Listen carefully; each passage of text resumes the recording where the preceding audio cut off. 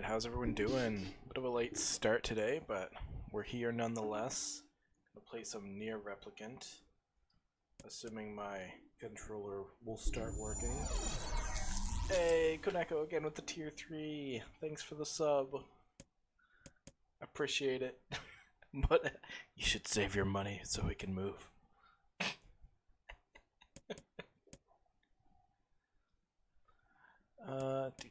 So we're gonna continue. Unless you just want the streak. Yeah, that's what I thought. Literally same wavelength. Koneko's just like, I own you. Alright, let's see where we're at. Pretty sure we have to talk to Popola right now. I think we might have most of the ciphers. The cursor's in the way. It likes to do that.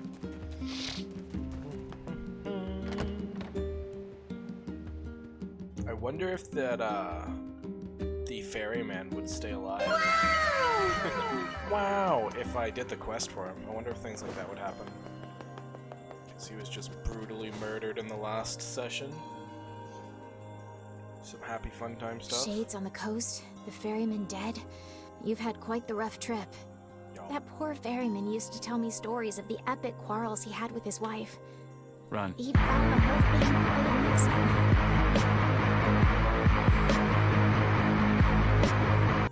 amusing. He loved her though. He loved her with all that he was. That's a lot of points. I'm very sad to hear that he's gone. Still, you made it back safe, and I'm glad for You that. could. That is true. Have you any new information about the key to the Shadow Lord's castle? I'm still working on the decryption, but I'm afraid progress has stalled. Oh, why is it Royal stalled? Cerberus might refer to a dog, but I've never seen anything that would fit the bill. That's fair. It must be pretty complicated if even you can't decode it. Well, you're our last hope, so please keep trying, okay? I will. By the way, I was walking by your house earlier and I noticed you had some mail. You might want to check it out. Stalker alert. Thanks. I'll do that. She's checking my mail for me. Oh, one last thing. Since the ferryman was missing work, I arranged for someone else to handle the job. I'll make sure they know to let you use the boat as before. Gotcha. Nice.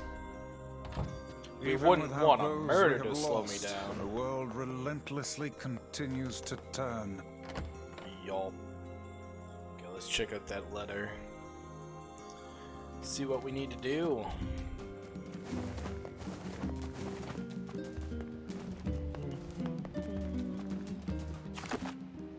That's not the mailbox. Well, I mean, it is a mailbox, but it's not the right mailbox. Here we go. As per Rule 25, please consider this your official notice that the King of Facade has chosen to enter into the ceremony of matrimony. Please lodge all objections and/or congratulations through the official channels. The Facade Royal Office of Marriage and other legally binding contracts and concerns. P.S. Hey guys, it's me, the King of Facade. Sorry this is all formal and stuff. Listen, I'm getting married and I really want you to come, so get over here. The king is Well, getting married. okay then. It does this old book good to see a boy become a man? Probably not a good idea to turn down a wedding invitation from a king. Probably not. Let's go to Facade. Oh, Facade. I was calling it Facade. Whoops. Okay, I'm pretty sure we can take the boat there at least. A little bit of a shortcut.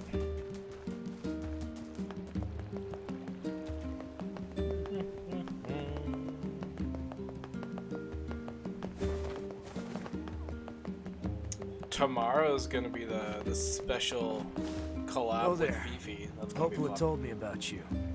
Just tell me where you're going, and I'll take you there. No charge. Excellent. You look pretty much the same as the last person. You just don't have a red bag. Oh, and you're alive. That helps too.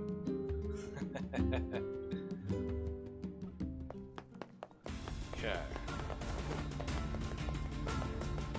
Okay, there's this little side area here. Gotcha.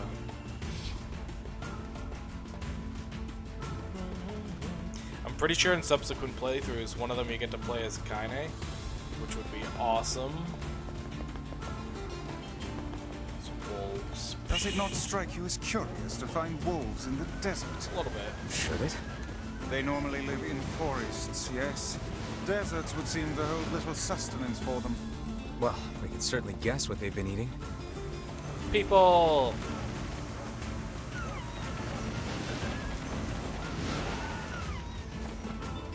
Whoa. Alright.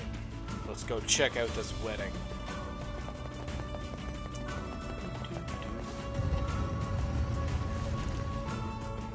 Ever since we stopped doing the side quests, we've been plowing through this game. So many side quests, though. Okay, we are heading to the king's mansion, I believe.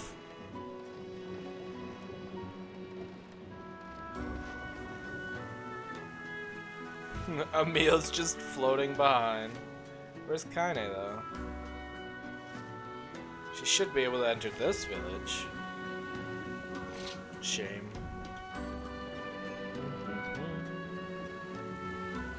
So bright.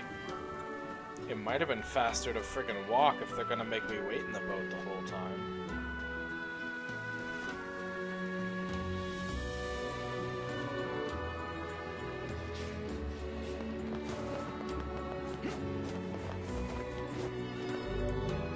Yes. Oh, they're gonna make me walk. Ugh. Ah, Kakere! Oh, you came. It's been so long. We hear your days of bachelorhood are coming to a close, King. Oh, I didn't even recognize him. Congrats. Forgive my prying, but we are all eager to know the identity of gonna be your a lucky robot? bride. Oh yes, how rude of me. Oh, no, it's a human. How nice to see you again. Oh, it's that girl. Hold on. Fire. Fira? Fira. Okay, so I pronounced it wrong even after I got the order right. That's right. You have grown into a fine example of womanhood. I'm sure you will make a splendid queen. Kaine's gonna want to see this. Indeed. I am truly glad to see you all. Did you know that my bride threatened to boycott the ceremony if you did not come? Ah, and you must be Emil. Pleased to make your acquaintance, your royalness. Congratulations on your wedding. Thank you. I'm sorry Kaine's not here, but Let me guess. She's outside, right? What nonsense. She knows she is welcome here. And now, I insist you stay with me tonight as honored guests of the royal Of course. family. How could we refuse? I wonder if we're gonna find the Cerberus cipher in here. The night before the wedding. Dun dun dun. Hey, it's Kaine. To think they even have rules governing the timing and water temperature of a bath. What's it to you? You don't even take baths. Kaine? What is the matter? I don't like this. Weddings are festive occasions, you know? Should I even be here? We were invited here by the king, remember? Sure, but what about everybody else? This city isn't like our villages. It's all about the rules here. And since there isn't a specific rule about you, I honestly think they won't give a crap. Yeah, maybe. Will you at least procure a new set of lingerie for the festivities? Some spring colors, perhaps? Keep talking, book. Do I just go to bed? No? Okay. What's up, Emil? What's up? just having trouble getting to sleep. I'm surprised you do sleep. Something bothering you? No, the opposite, in fact. I'm just so excited about the wedding that I can't settle down. I bet it's gonna have streamers and dancing and bears on unicycles and everything. I can't see bears being in the I'm desert. sort of jealous. I wish I was Fira. You'll find a nice bride someday, Emil. Huh? Oh, right. Bride. You must be tired indeed if you misunderstood that simple social nicety. Are we supposed to go that way, maybe? Let's check it out. Yeah, that's not exactly it. Curious. The harvest was weak again this year, and my people are beginning to go hungry. Also, our quarrel with the wolves has taken a turn for the worse. The wolves are going to be the Cerberus cipher. Calling it now. The duties of a king are overwhelming. In truth, I feel somewhat guilty about holding a festival to celebrate my wedding. Everyone needs to blow off steam and celebrate once in a while. True. Very true. Indeed, your people have earned a moment of rest and respite. I guess that's Plus, true. you want to make Fira happy, right? Yeah. Anyway, life is better when you have someone to fight for. That's not written in the rules, but perhaps it should be. Someone to fight for. Yes, I like the thought of that.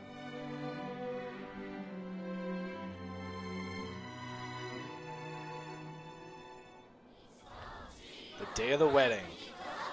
How much you want to bet the wolves are gonna attack? Aw, weddings are the best. There's flowers everywhere. Everyone's happy. It's just great. I'm kind of jealous. Aren't you jealous, Kaine? Nah. I think we just Oh, wait. come on. Oh, here we go. Dialogue. And thus, in front of these beloved guests, as per Rule 904, I hereby request that you seal your union with a kiss. This sort of thing is always hard for me.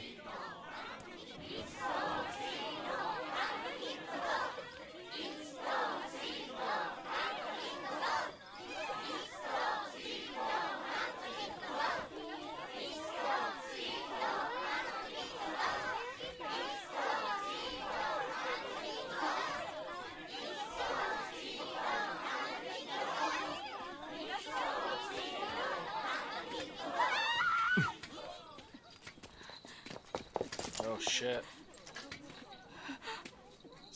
The wolves are coming. Run! Oh shit. Oh no, you didn't. Fira!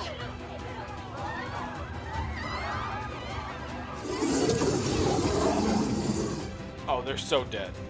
That wolf is a shade. The leader seems to have the power to reflect magic. Going with my beheading axe then, let's go. The wolves appear to be targeting you.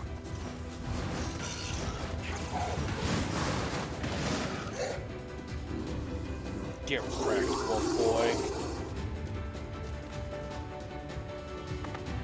Oh god, what's going on? Retreat? Oh, okay. I hope Fear's okay. Fear! Fear! Oh shit!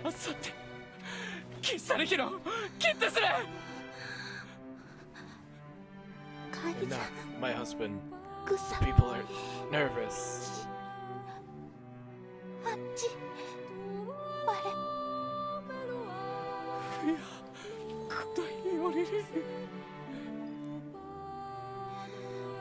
たく Oh, fuck.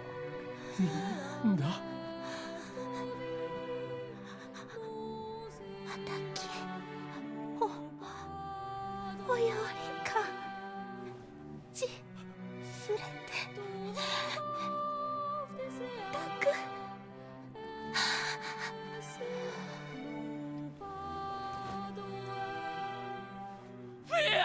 Oh, I liked her.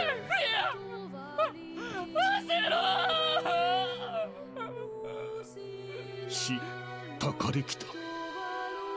たさすとりたできた。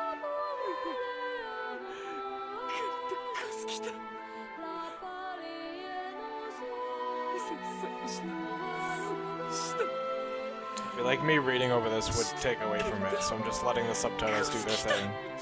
改ざん。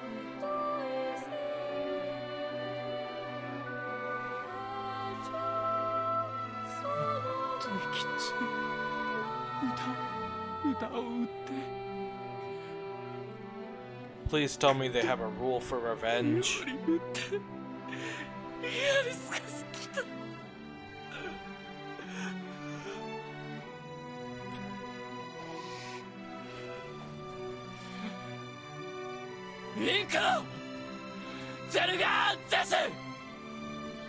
I would rethink this course of action, King. Ahead lies a battle you cannot win. Send me.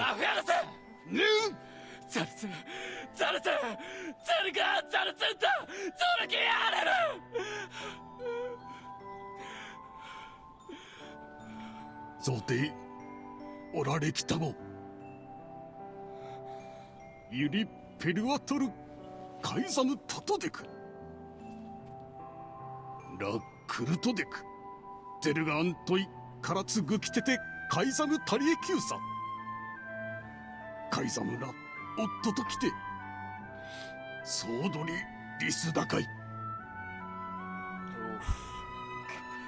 Send me! Send me! I'll kill them all.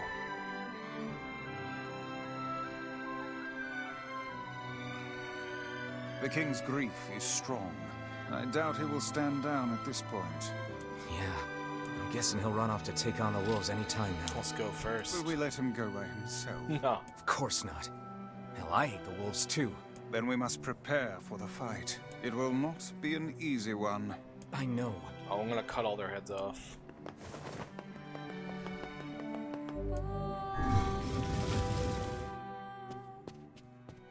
God damn it, they can't just have one happy thing in this game. They're like, oh, weddings are great, right? Well, let's have them all die. Are you ready for battle? Yes. Yeah. Time to avenge Fira. Oh, they're so dead.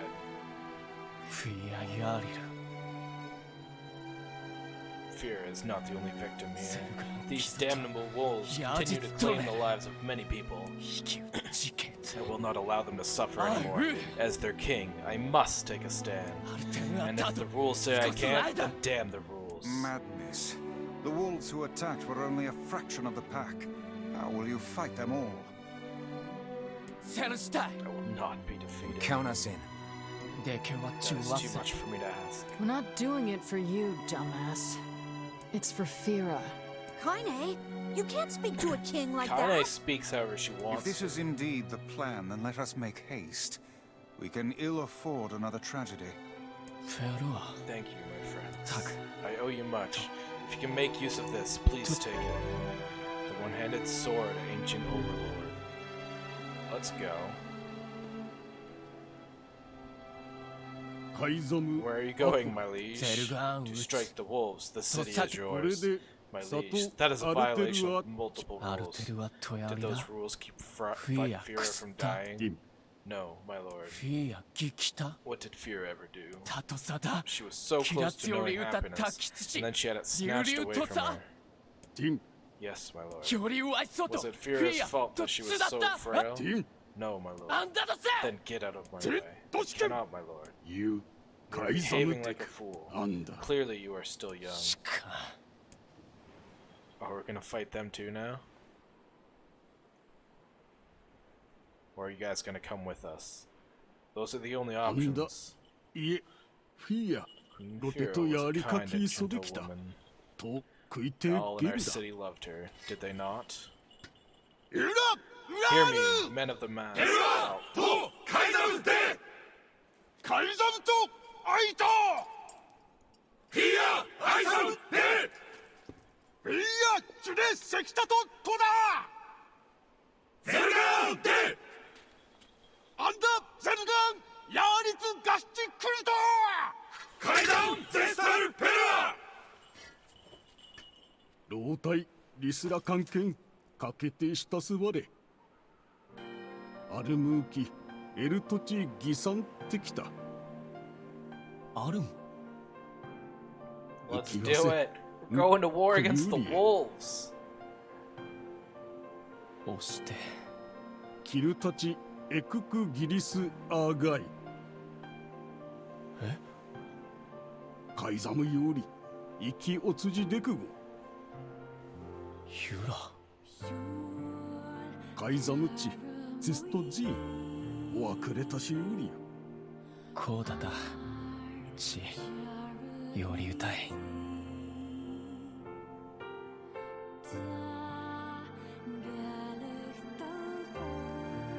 クリゼルガンタチトグだリー言ってくたい Forget it. It's for Fira. Let's move. Oh, I'm pumped to murder all these wolves.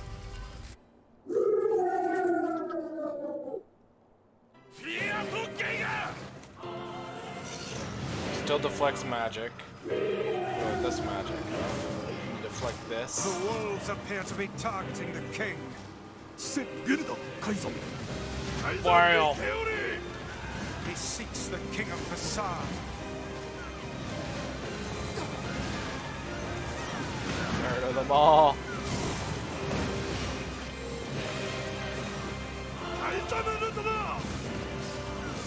Such dogged, unwavering defiance. Why do these beasts hold so much rage? The smaller wolves are not infected with shades. But as for the leader, if even one shade is here, then I have to kill all of them. ザルツゼルガンシトトカンコ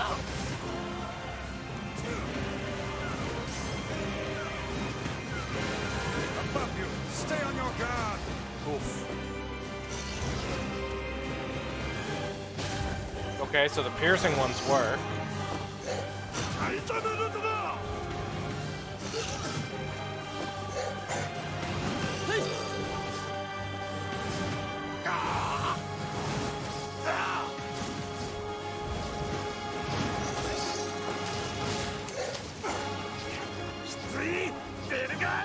Get him! Oh, the deflection at the last minute.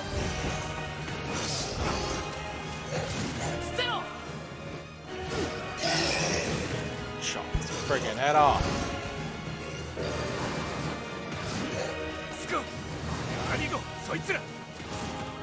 Almost.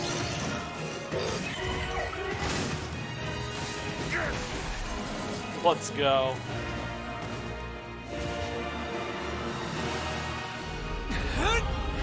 I hope he rips him in half.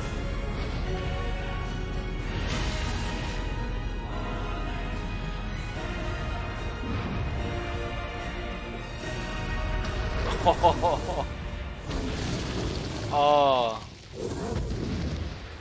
Get wrecked. トロワレキゼルガンセダとユッとアキゲッタイシ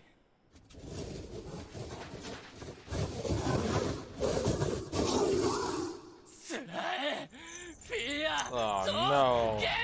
Let me deal the finishing blow.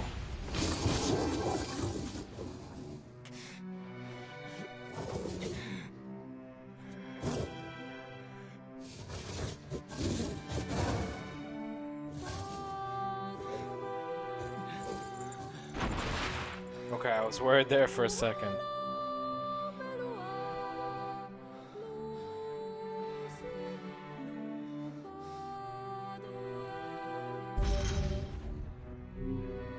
There's Cerberus.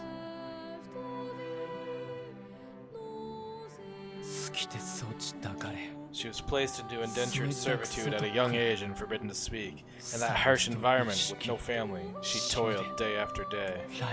And just as her future was looking bright... I believe that young Fira was perfectly content with the life she had. She was? Of course. Does this not sound like what she would say to you? She was terribly proud of her king, and now you must do all you can to honor her memory. I will do my best. I swear it. I'm sorry. I need to be alone right now. The king isn't allowed to shed tears in front of others. Is that another infernal rule? People of the mask live and die by our rules. And sometimes we even break them. Isn't that right, Fear? The poor king. This is the Shade's fault.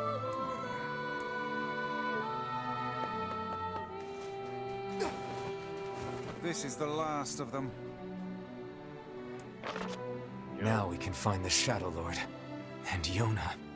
We certainly can. Hold on, Yona. I'm almost there.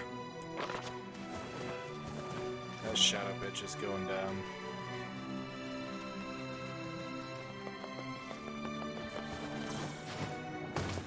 There we go. Oh there. Yeah, we're going to the village.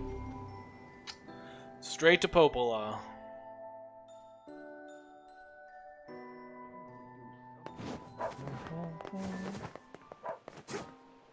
I Oh, marvel at made how it that relatively time. simple a task this retrieval process proved to be. Yeah, it wasn't It too is bad. almost as if someone deliberately set us on this path. You're overthinking again, Vice. I don't know. I don't care if it's a trap. Yona's waiting for me and I'm going. That's fair. I see.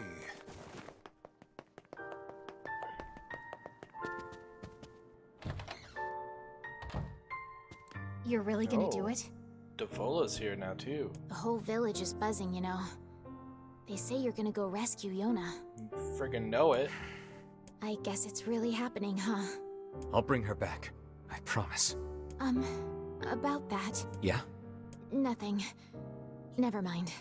Suspicious. Popola just loves to worry. Anyway, you be careful. Yes, do be careful. Thanks.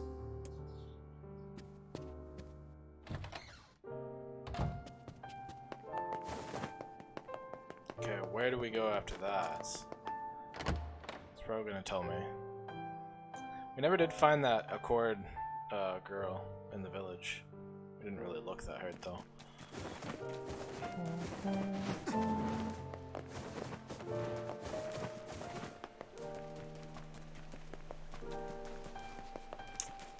Man, it's just sad thing after sad thing in this game.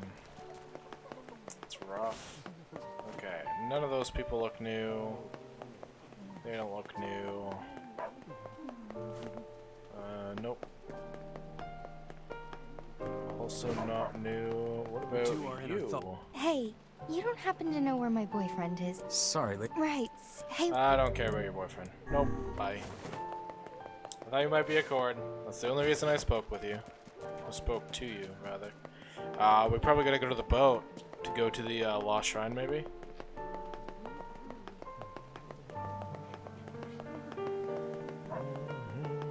I'm pretty sure the Lost Shrine was Shadow Bitch's castle.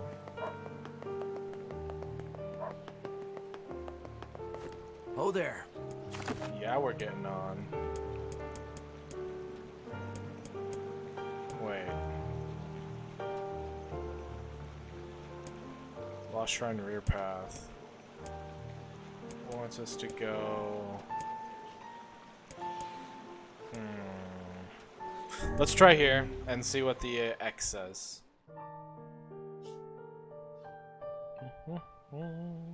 Are we ready? Let's all make it back alive, okay? It's a plan. I hope so. Yeah, no, this is totally the right way. Alright, here we go. Is this going to be the final battle?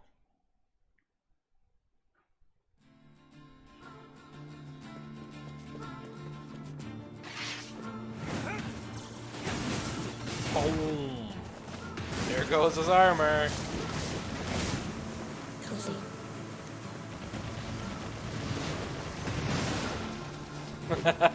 Later. Oh no, you don't.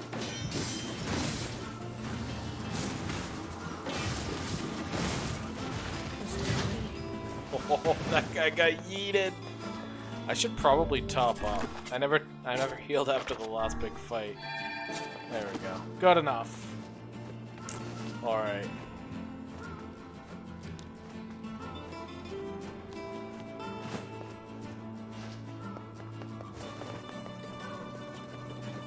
Probably just run past those guys. Yeah, we didn't need to fight them. Problem solved. Look at that.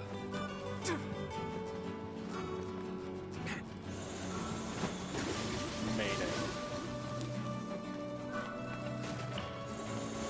Oh shit! That was close.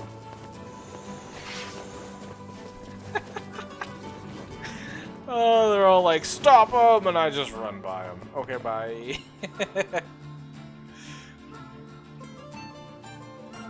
When you're in a rush to save your sister. Later. Stealth mission! Kaine's helping me with my stealth mission. Okay, and then we go through here. Y'all.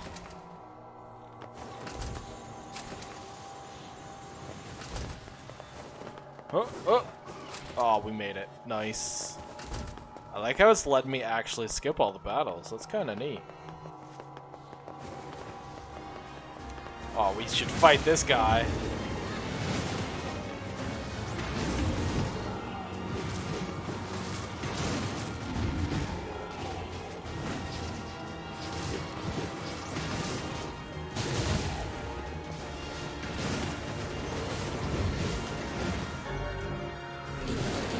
Some extra words. Okay, now we gotta go through here. Oh, there was a drop back there. Oh well. It's gone forever now. All the puzzles are done already. How handy. Yeah, go away.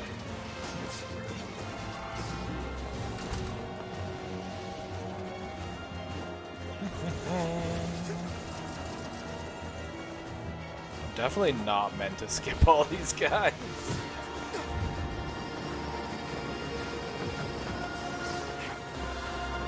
Oh, it's back this way a bit. I always do that.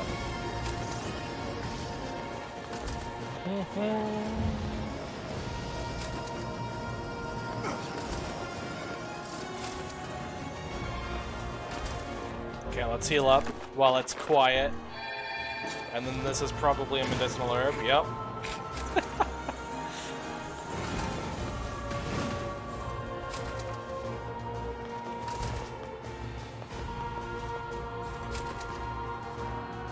All the friggin' doors.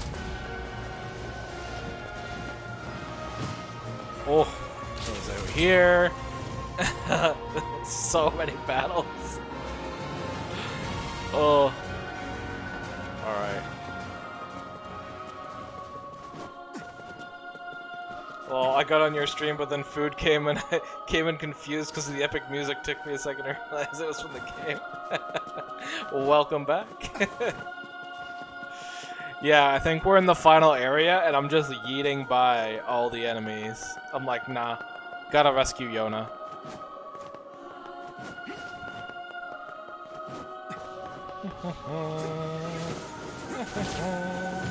Oh, there we go, made it.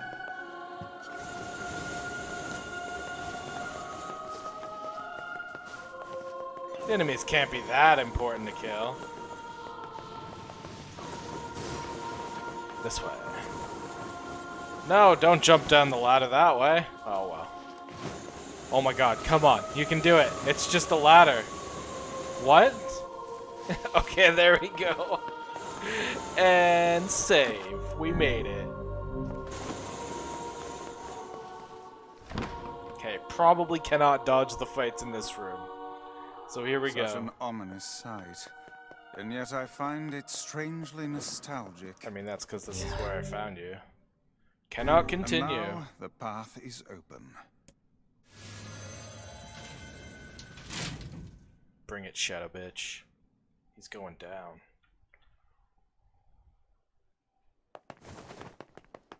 Uh-oh, it's quiet.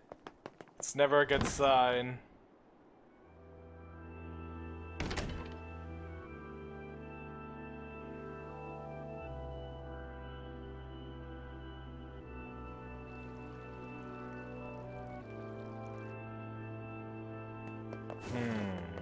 Those birds are suspicious. They work for the bourgeoisie.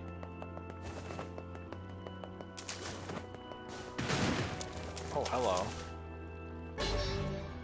Phoenix Sword. We never did check out those new weapons. One-handed weapon. We got Phoenix Sword, which is where? Was it actually a one-handed sword? There it is. 400 damage. It's still not as good as my current one, but it is moderate weight instead, which is kind of neat. And the spear was... oh well. I don't remember what it was. Onward! Wait a minute.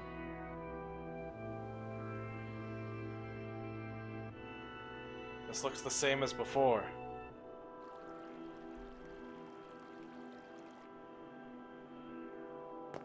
We're in a loop.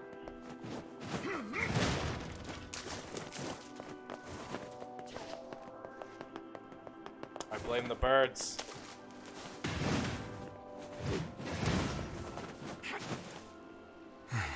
Kill them. To whom does the true voice speak? Okay. To whom does the true form show itself? You must answer. See, this is proof. The birds work for the bourgeoisie. It can talk! Yeah. I ask, All birds can talk. why did humans disappear from the world? Oh. The hell is this? I believe this is some manner of password. Password? Yes. The correct answer should grant us access to the castle. I feel confident I've heard this I bet you the somewhere answer is before. greed. To whom I ask, why did you must...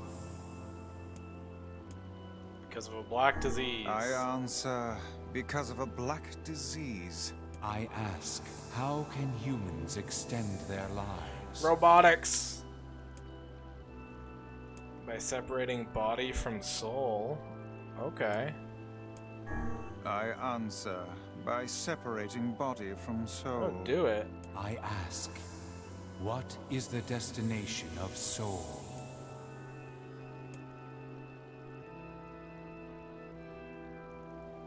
I answer, they are placed in their corresponding shells.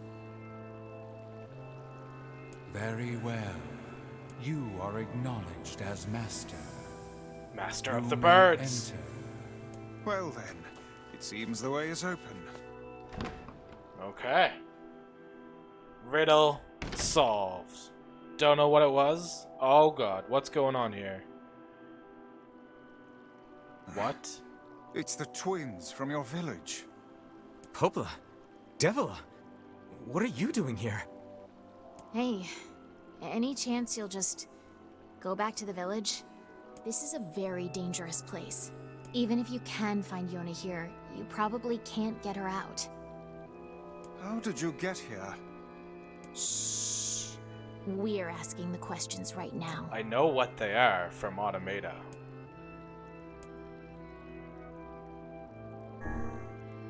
We're here to rescue Yona. Yeah, I don't care. I'll cut you guys down No if I dice, have huh? to. Well, I guess we don't have a choice then. No, I suppose not. How sad.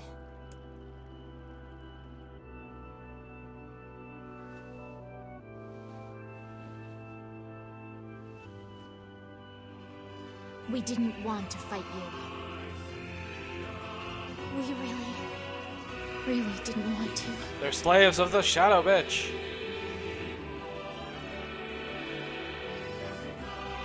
Devila! What's happening?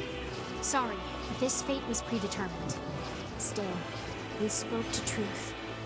We really wanted to avoid this if possible. We were Bam! hoping to put it off for 100 years or so. Until the next generation came along. What are you talking about? Are they shades? I don't think so. It's a lie! I don't believe it!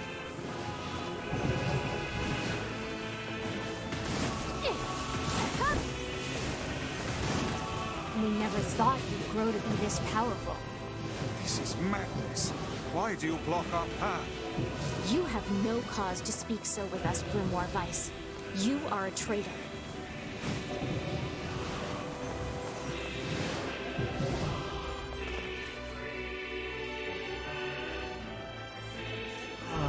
What now?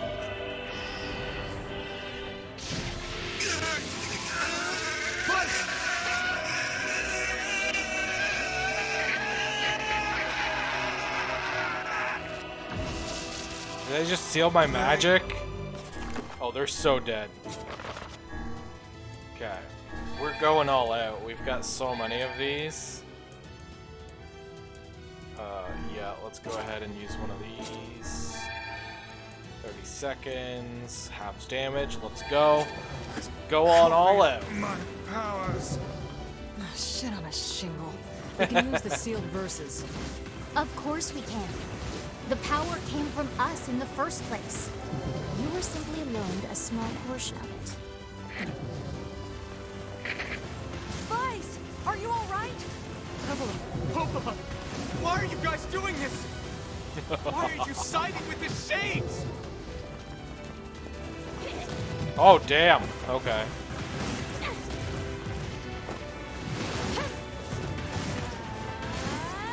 Dodge roll tactics. Let's go.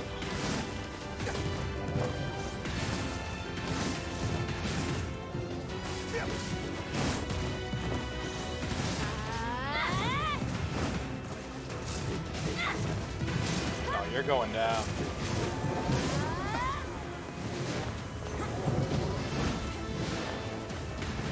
Oh, I gotta heal. No. Why? The answer to every riddle lies within the heart of the Shadow Lord. Shadow Lord? So you've been on his side this whole time? You must search for that answer yourself. You've got to face your own truth now. I'm gonna kill them both. Please, enter the Shadow Lord's castle.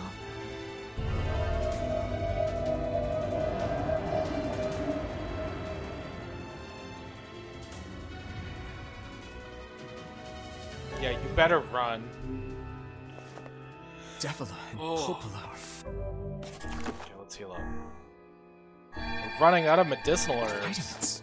Damn. Yes, they Okay. do seem to be putting us through a great deal of... You okay, Vice? How odd. For long years, my mind and tongue have been my greatest assets. But now the latter seems to be... Hell, Vice? Not do not Vice. look at me like that.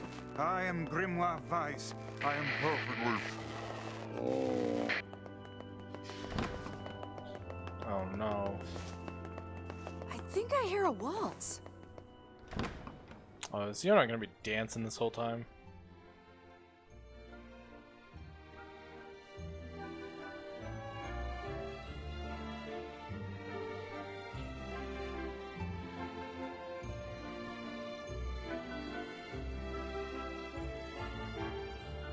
It certainly is a grand affair.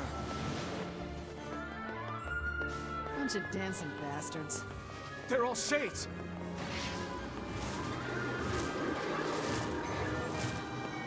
I think we're locked in. It's Boom. not like I was planning to leave. Yeah, it's a bit late for that.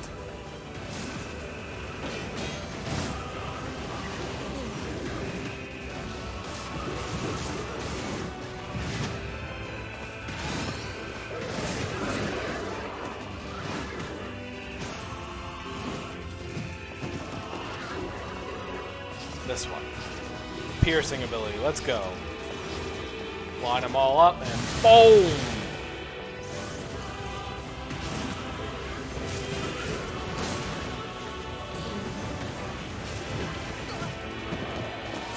Damn, I gotta stop taking so much damage here.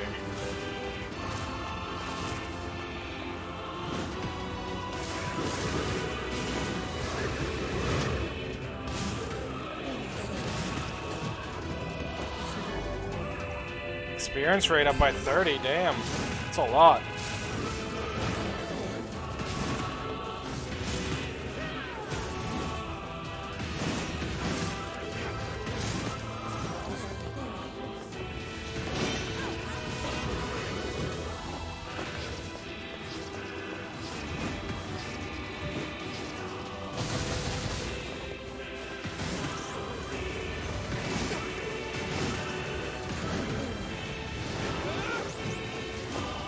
Right.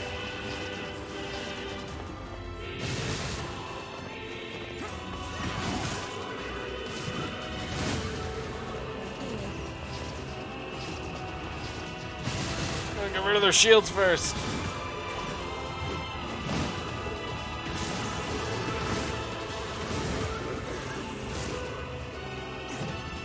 Oh shit.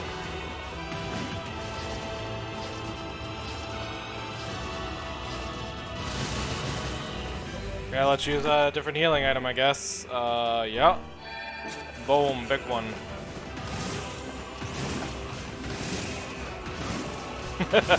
Just juggled him in the air. Let's go. Armor break. We'll get a spirit capsule.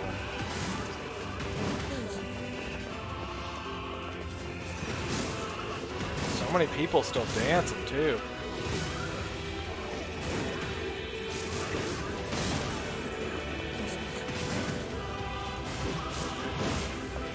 Okay, we're doing better now.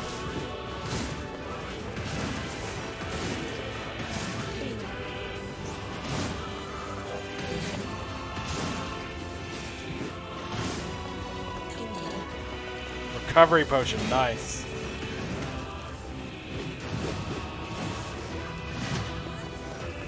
Oh, that dude's flying. That's not good.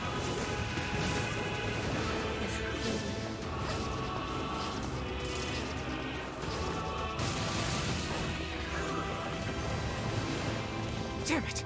It won't stop coming! I'll open the next door. Cover me. Got it. How I do love a good... Oh, poor Vice. Oh, right. Protect the hussy, yes? Good plan. Let's go. Protect Kaine for us. Boom! Get him out of the friggin' sky. Let's go. Kaine! Hurry! It's not open yet? Do I look like a goddamn locksmith to you?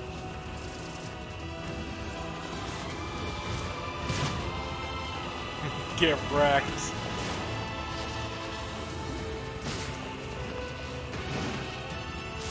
No, you idiots. What are you doing? Lock doesn't want to open? Fine. I'll just break it down. Stop, you impatient fool. Is she gonna, like, destroy the door? Let's go. Goddamn no good bullshit bastard!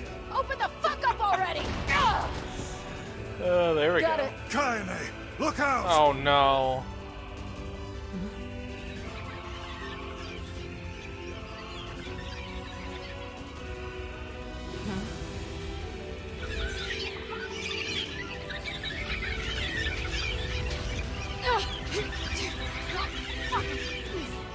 Oh, These things are freaking me out!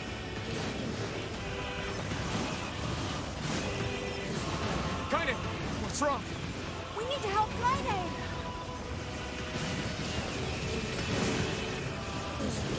We need to help Kaine.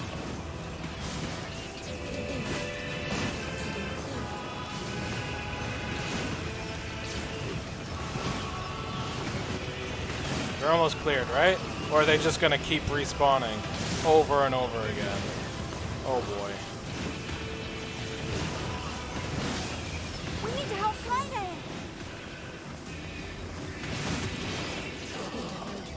Okay, we got her. You okay? Yeah. Well, we got problems. Yeah, we do.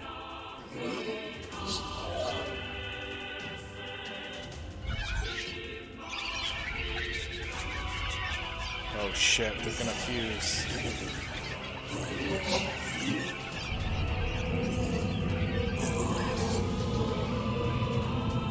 That can't be good.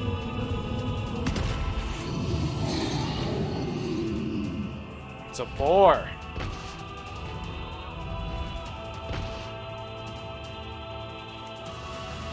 We don't need forgiveness, asshole. Kaine? She can understand them.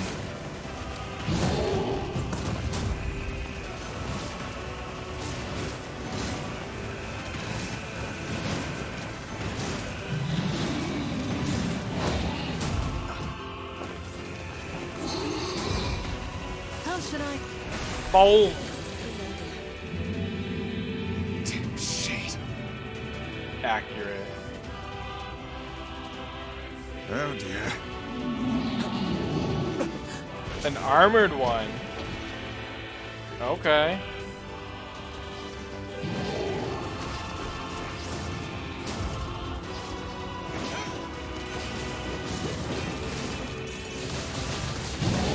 Well, that was a lot of damage to him. Okay, we need to heal up though. Damn, I'm running out of healing things.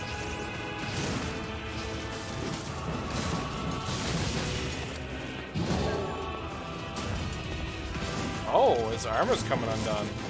Nice.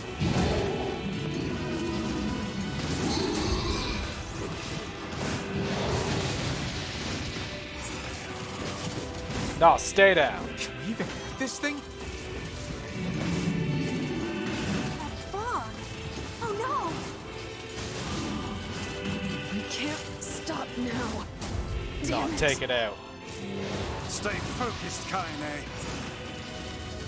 Don't fall victim to such distractions. Come on! We have to keep going! Let's go!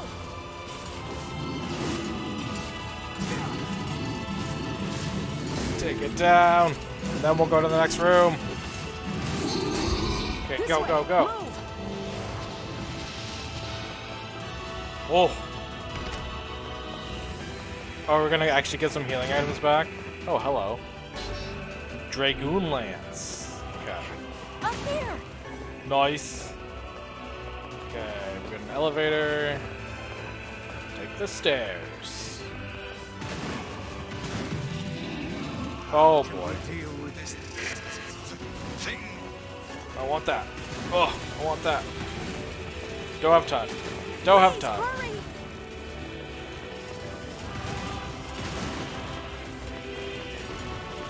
Oh boy. Oh boy. Oh boy. Oh, that's just instant death. Okay. Okay. We gotta do that a bit differently then. Jesus. Where's it gonna make us start from? Right here? Okay. We're gonna go speed mode. Up here!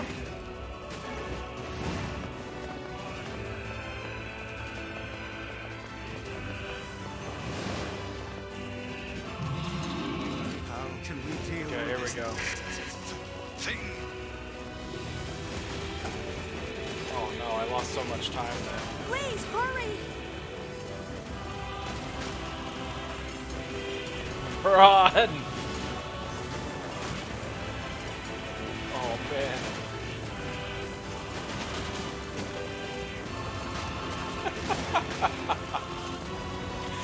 This is so much easier. And we dodged it. Gonna fight in this room again, are we? Damn it, I can't get it open. Round 2. Attack incoming!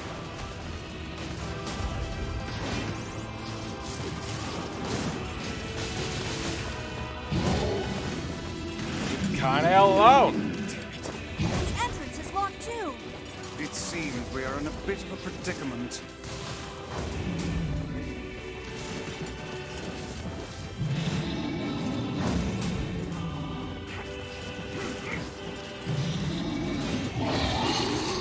Oh, got him in the air. Let's go.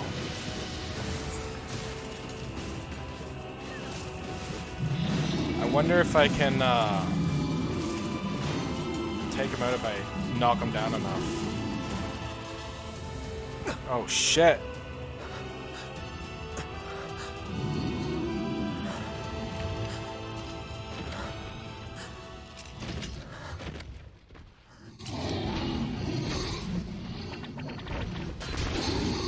Oh, is this the facade people?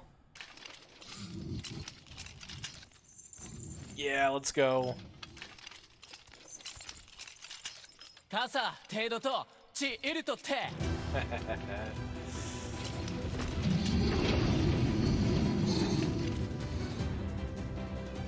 出土汗より一旦起きそうだあら、ペルアと試練、地、無責4。いらこくかつて What are you doing here? サルリとしたとカイザムとキロだろ You are correct. いやアラトテ三世隊フルアリフアリトテトラス感化し Breaking all his friggin' armor. Let's go. アラペルアトどんだ来て蹴り声たり土地地去ったとトメルタカイザムチと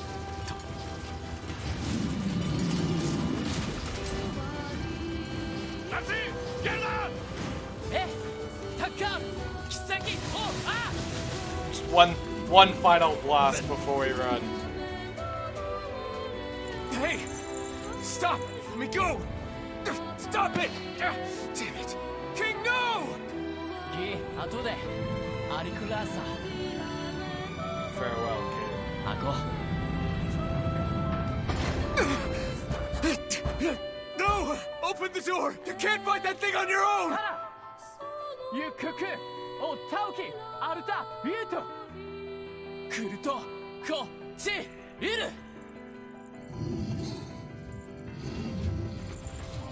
かてケタルイトエチケロアルテリアだせ各石技師心中カレルタカイザンテラスなんだあらたてウラーヌペルアトチラーヌカイザントトチ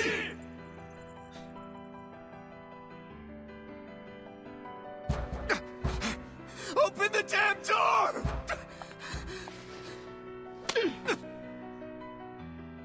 Knock it off already. Let's go. Kaine. Yeah, He's don't let their fighting for you. sacrifice go in vain. And for Fira.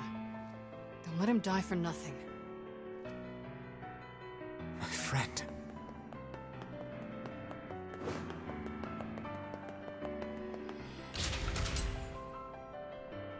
They're gonna give us some convenient health potions here. Health salve, recovery potion, and health salve, and strength capsule. Let's go.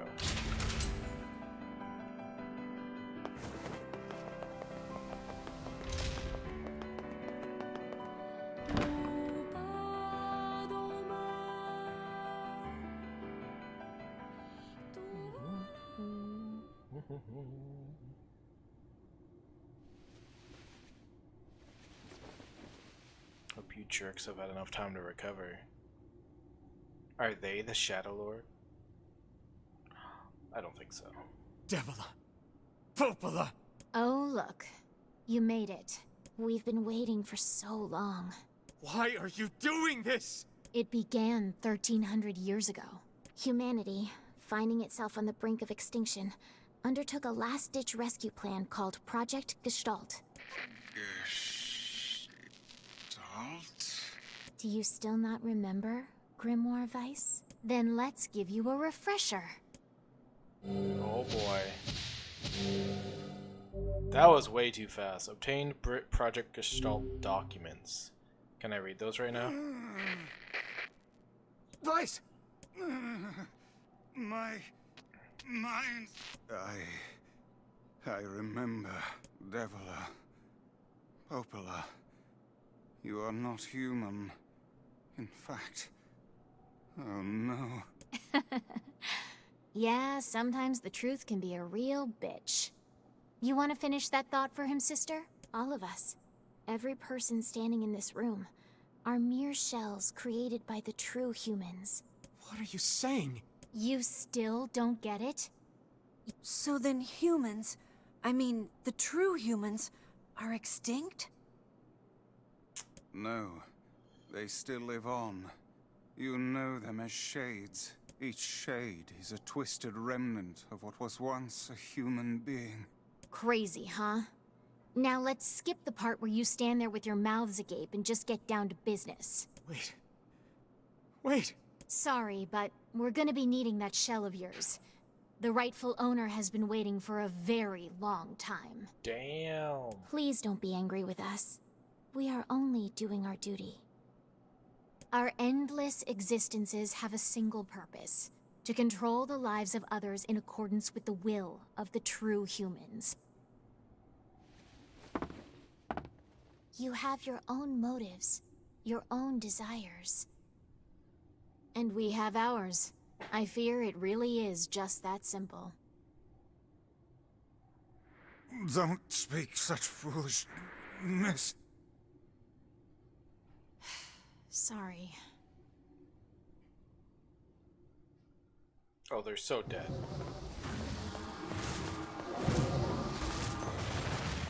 Boom! You and us, we're the same. Tools in the hands of a master. No! I'm nothing like you! We got items. Can we heal our mana somehow? Oh, hello.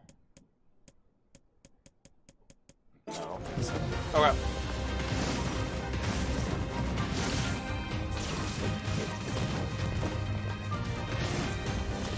Okay, so she likes fists, does she?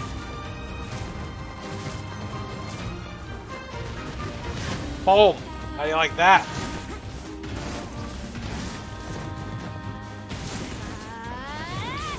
Oh, that was close. Oh, damn. Yeah.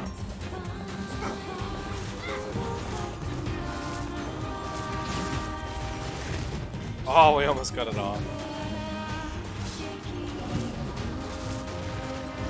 Bitch. Heal time.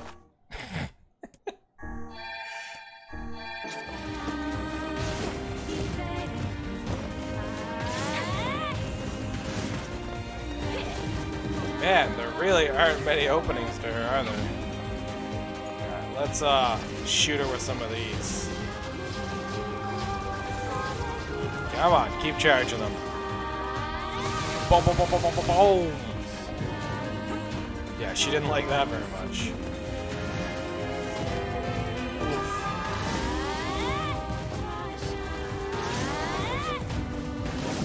Yeah, they're just like one moment while I eat 50 wheels of cheese.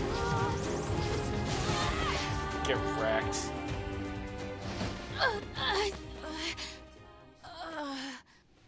Devila? Devila?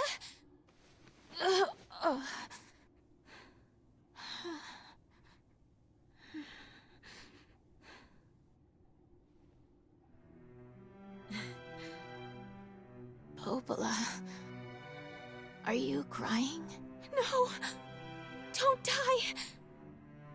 You know, Popola, I understand now why we're twins. It's because we were born without souls. Devila, I can't stop the bleeding. Oh God, I can't stop it. This world is too lonely for one without a soul. There's too much emptiness.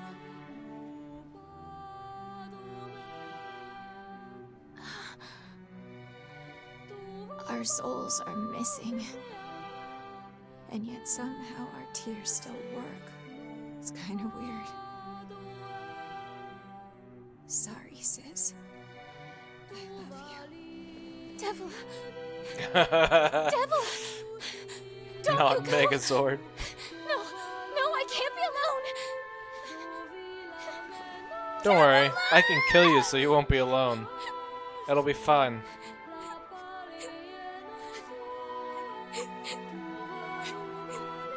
Popola.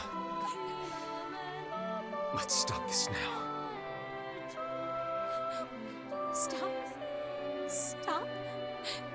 Now you want to stop? You think you have the luxury to stop? You cut down my sister like a goddamn animal and now you want to stop? Popola, wait! It doesn't have to. No one stops! It's way too late to stop! No one stops! Please, don't do this, Popola! You and Devila were like parents to me! Those two have watched the world wither for time immemorial. The cruelness of such a fate is difficult to imagine. I don't want to do this! I don't want to fight her! Stop bitching and start fighting! It's the only way! At least you can destroy some of these bullets. Holy crap.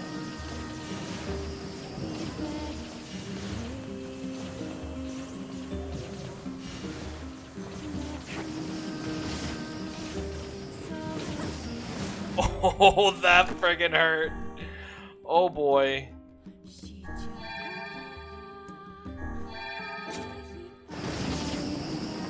Okay, I did a lot of damage to her, but she almost took me out. So I think we'll play it safe here.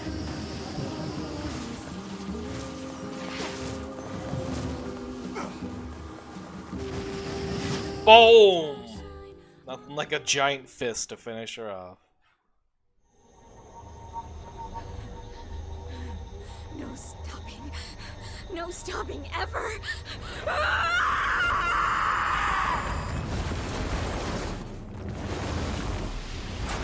Oh. Okay. The bridge! Blast! We're trapped. I've got an idea.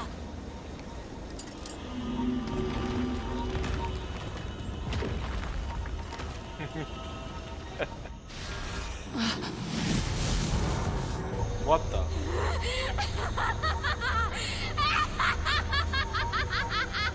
I fear we're done for.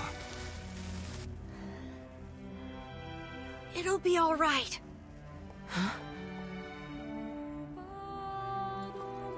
You know, when I was young, I hated my eyes. And now that I'm older, I hate what my body has become. But there's something else there now. Something like pride, you know? I mean... Yeah, she's going crazy. Without all this, I couldn't have become your friend. Goodbye, my friends. Thank you for everything.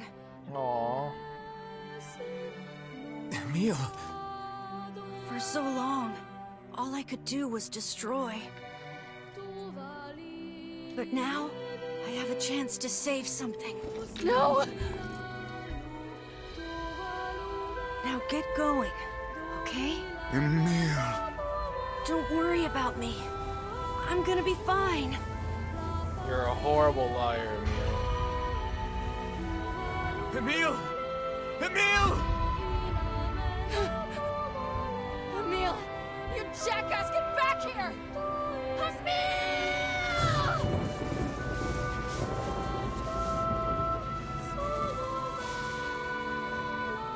Oh dear. Kaine's so unstable, and Vice can't stop arguing with people. Well, at least there are no people I left. hope they can hold it together once I'm gone. Well, I guess they'll just have to learn.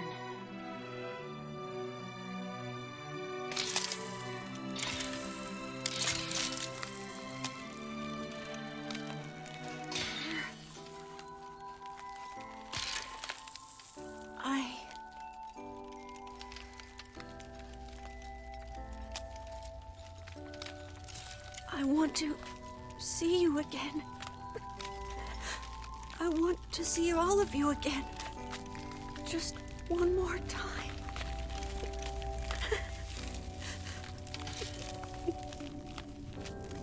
I'm scared. I don't want to die.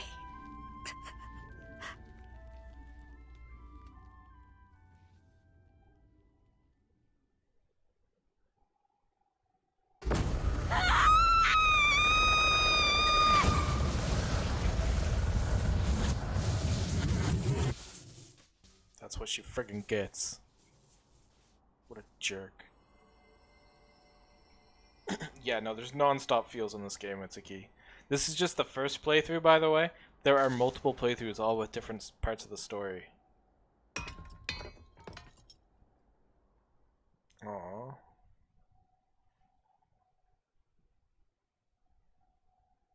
This whole game has made me wish that I had a sad expression for my VTuber model. The closest thing I have is the shocked face.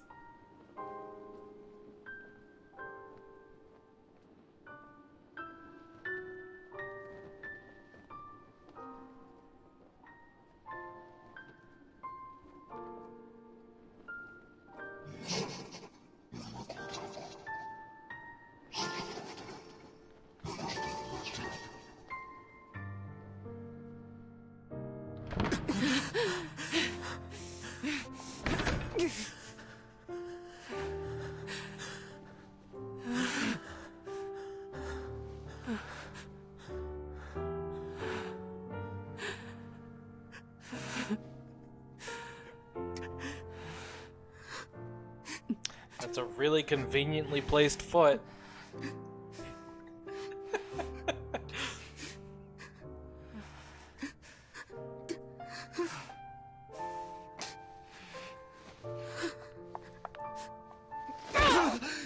Jesus.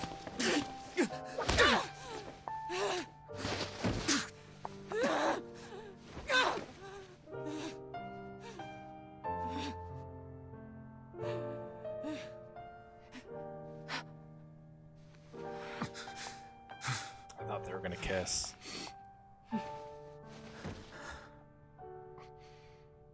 Let's go.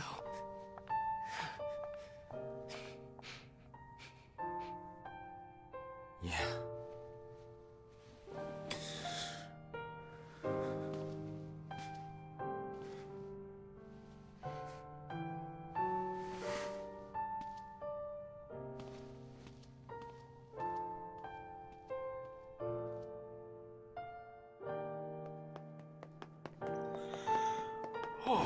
Oh boy. Can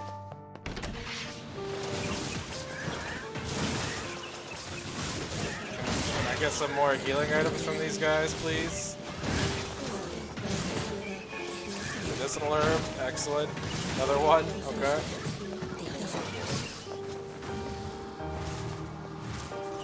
Prep for these big boys over here. Boom!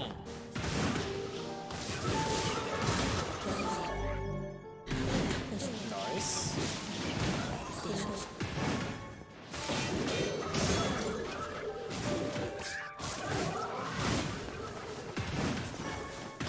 We're gonna be all stocked up from this.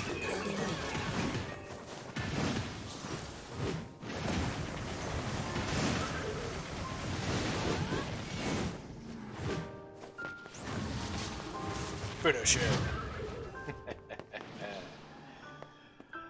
Oh, what an emotional roller coaster.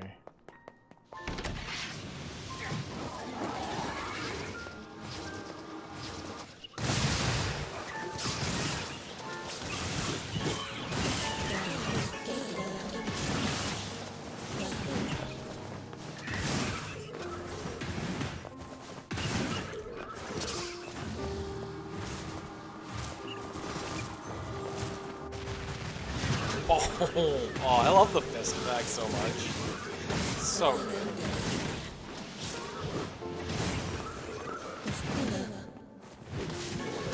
Okay, what do we got here? More medicinal herbs and shit. Alright, let me stock up. Let's do this.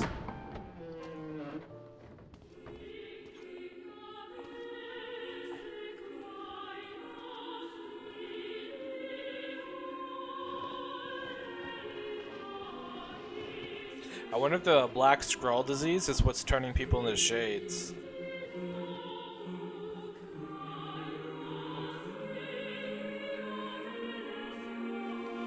Yona! Just a shadow bitch.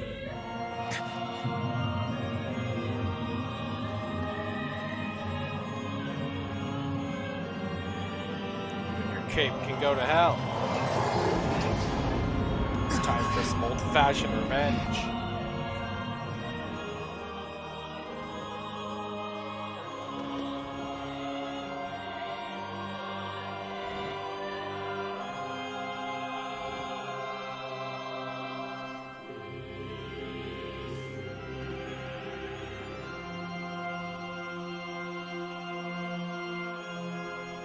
This ends here. Strike hard. Hold nothing back. No worries there. Boom! How can a mere tool hope to stand against the Shadow Lord? Don't speak in such a manner, fool. I am nothing like you.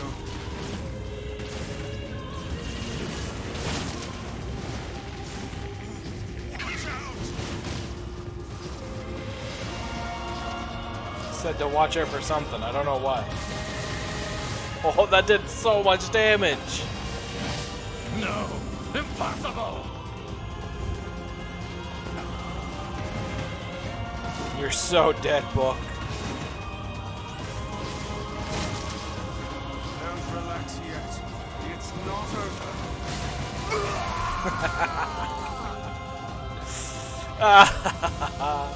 Be careful! I know.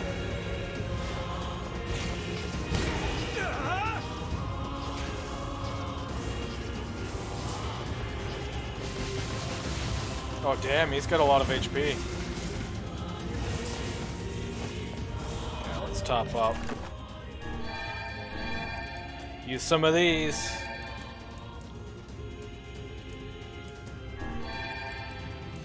Might as well. We got nothing else to use these on, if not the last fight.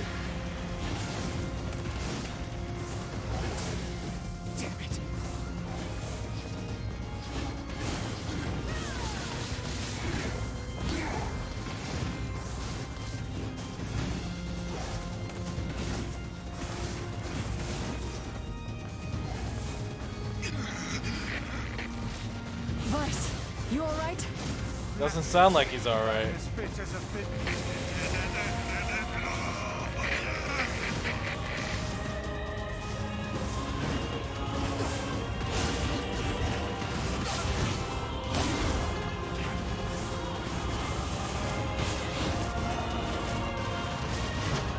Oh, I dodged it. Damn. That would have been a big hit, too.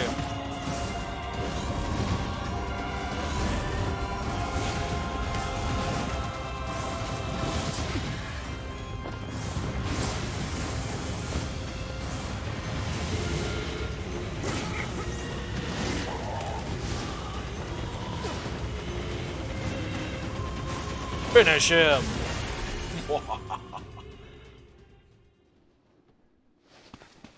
Wait.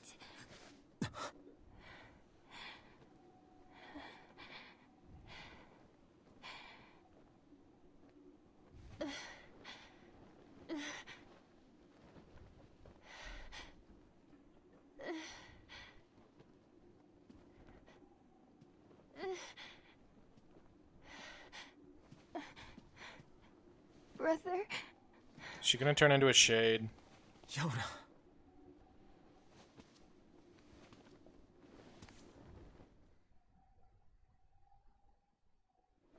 Huh?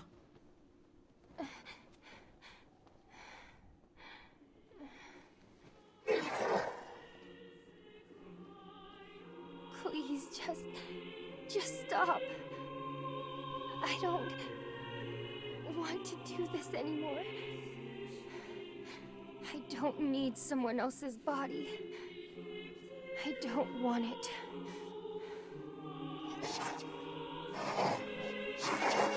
There's another girl inside this body.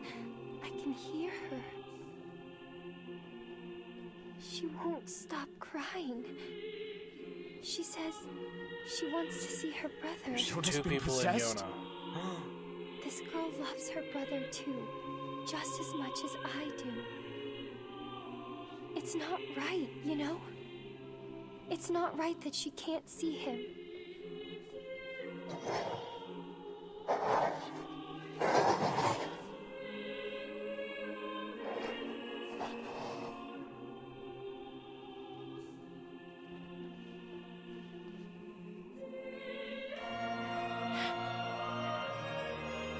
It's you, isn't it?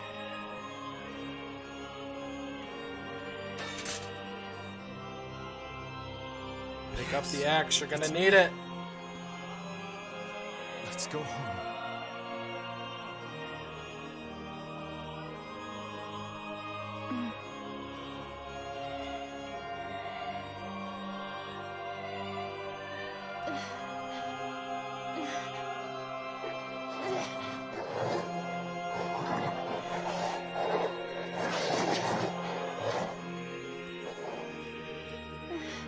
She better not do what I think she's gonna do.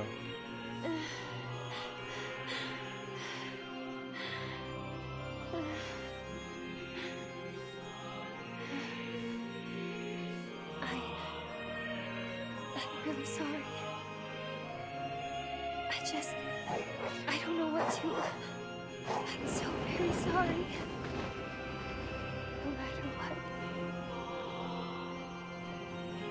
Just know that I love you.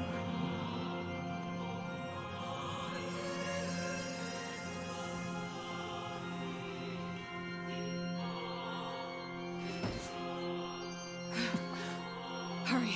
The shade that possessed her is gone.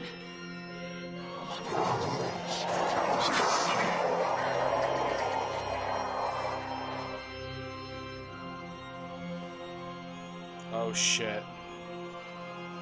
He's pissed now. Hey! Watch over Yona for me. You want me to understand your sadness? You think I'm gonna sympathize with you? I swore to protect my sister and friends. If someone puts them in danger, they must stand aside or be cut down. Now come on!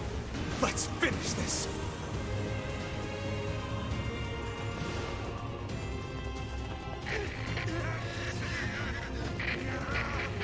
Weiss, what's wrong? I can't get up to hit him with my weapon. Oh. God. Magic it Out here, is. Weiss. What are you doing? Strike the killing blow.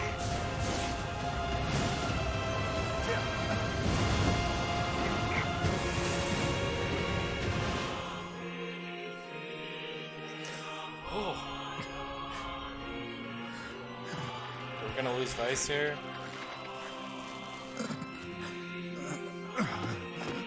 No. Bother. One moment, please. You okay? Fine, just fine. All right, no, I'm not. Weiss. It seems some headstrong idiot has decided to push me beyond my limits. I should have taken that job as a cookbook when I had the chance. Weiss. I'm sorry. I'm sorry. Only joking. I hate cookbooks. But... Let's go. Out of the way. I have one final task to fulfill. where are you going? Why, to stop him, of course. But after that, it's up to you. Only you can see this battle to its conclusion. I wish you luck, my friend. You can't. I swore I'd always fight by your side. You are an exceedingly stubborn lad. You know that, yes? Perhaps that's why I've so enjoyed our time together. But I fear this is where our journey ends. No. Weiss! Oh, and remember what I told you about using my full name. Well, forget it. I've grown rather fond of Weiss. Weiss. I knew you'd come around. Don't let it go to your head now.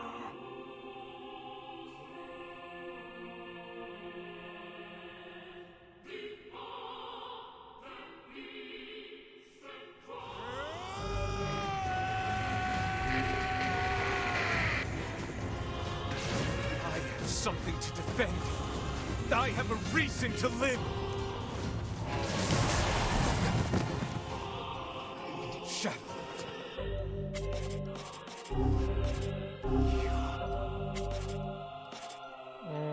This one.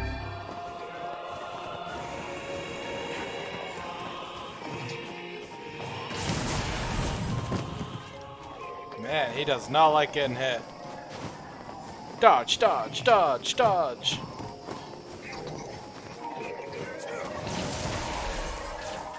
Get wrecked, shadow bitch.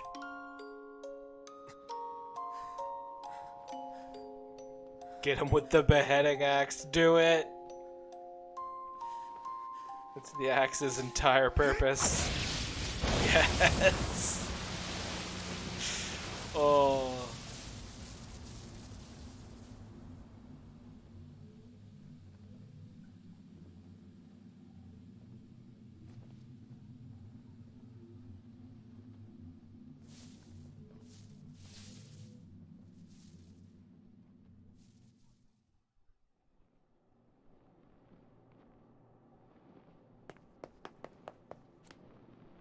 Is Yona all right?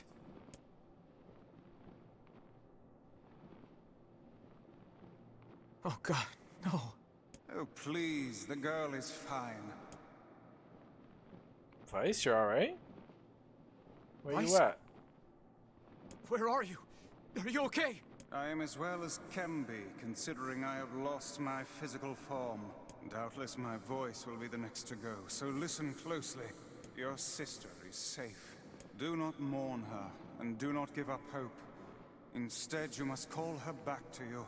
How? Use your memories. Recall the times you spent with her. Present her with proof that the two of you live still, and that your lives have meaning. I don't know. Typical. But take heart. I know you can do it. What's my favorite food? Cookies. What's my favorite book? That's my magic storybook. What's my favorite place? Home with you. What's my favorite flower?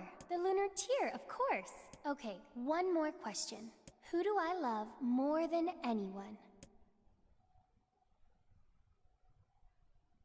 That's not the right name. It's not letting me Nope. pick. Do you really not? It's not letting me enter it. Is it gonna let me type? Oh, there we go. I have to type it. I was like trying to use the controller to enter something. Is that you?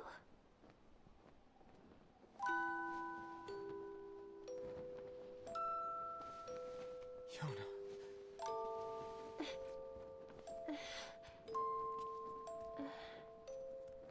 Is this my body? Yes, Yona.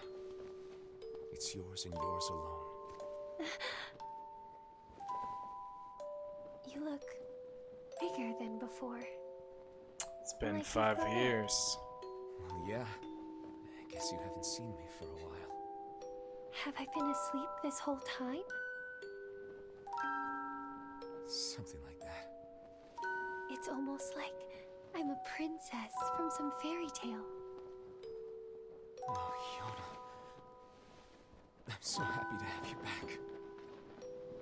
Me too. Kaine. You and your sister, you have a good life, Kay? Where are you gonna go? Guess I'll... You could stay with us, you know.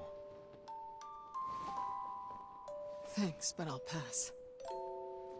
You know how it is. I got my own shit to take care of. What do you mean? Personal shit, No, alright? you should stay. Anyway, take it easy, yeah? Kaine. Hey, look. It's beautiful.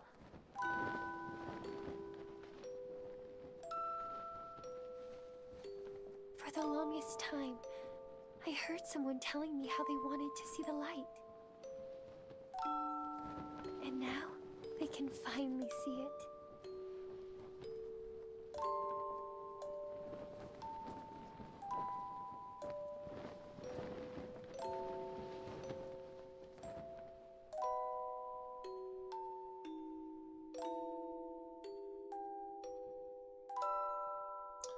I don't think she was worth sacrificing everyone for. Just gonna put that out there.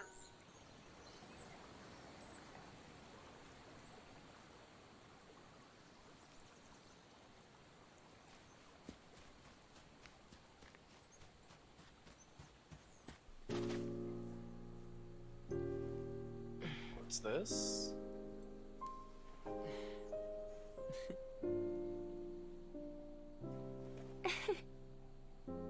Thank you. I love it.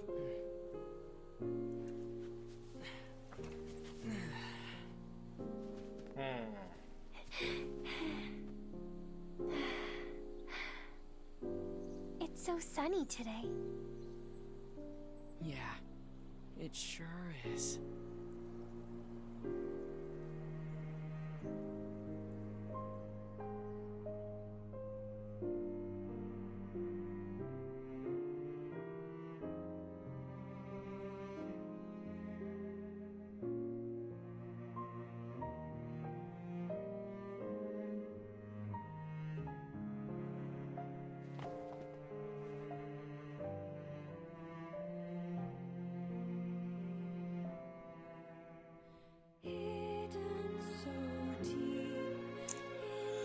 Damn. I wonder what the other endings are gonna be like.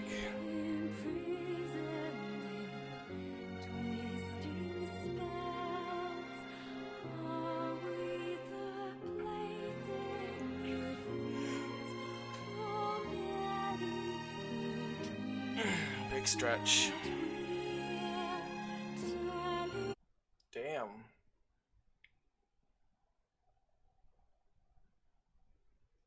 That was crazy. I don't think it's gonna let me skip the credits here. Okay, so we wait. Oh, so what do you? Does anyone want to see the other playthroughs on stream, or should we switch up the schedule to have different games?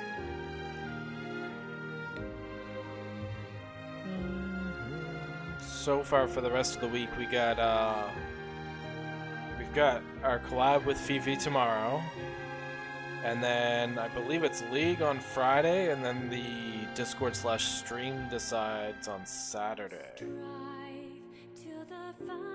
I know once it comes to August, my schedule's not going to be as active because I'm going to be moving to a different province, potentially, as long as everything goes smoothly, which I don't see a reason why it wouldn't. There's just a lot of extra hoops to jump through because of COVID, that's all. But yeah.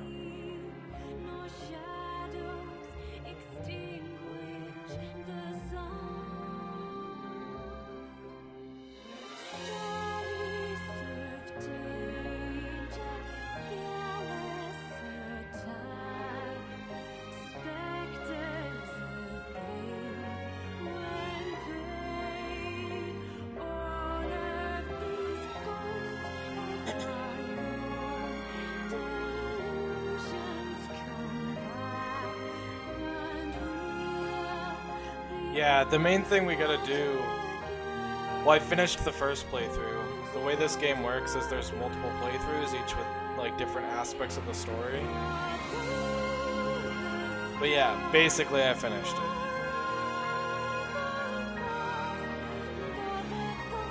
But yeah, what I was saying was, once we get the registration confirmation... the registration confirmation done, that's when, like, things are confirmed in my mind. Because, like, if the government says no, there's not much we can do. But, like, if the government says yes, regardless of, like, what else fails, we can still go, is essentially what it means. So, which I don't see them saying no. I really don't, especially since we're from New Brunswick originally.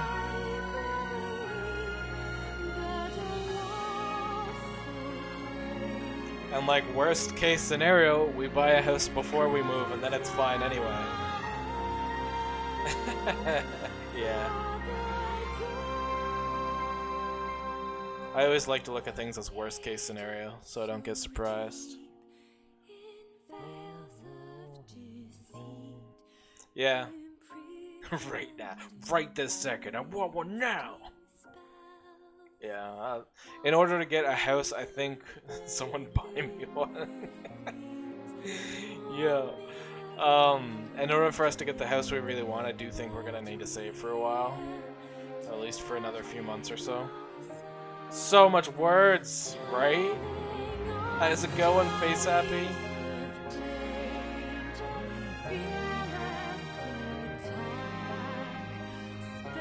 I love the music in this game though, it's so good. They really did an amazing job with the music.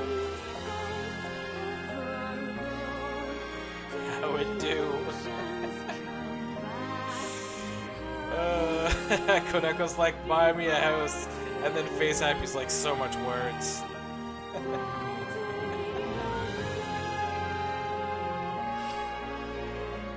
Nice, glad to hear you're doing well. What? What is that word? I think I know what you're trying to say, but that's definitely not how you spell it. I'm gonna Google how to spell it. I think it's I-N. Yeah, it is. Here's how you're supposed to spell it. There you go. Indubitably. Just read it the way Koneko spells it. Indubitably. Okay, I think we, there's no point in keeping the, old data here, right? Yeah, let's just save over it. We're in the library. Exit the clear data save screen. Yes. Load your clear data after completing the game to experience Kaine's story.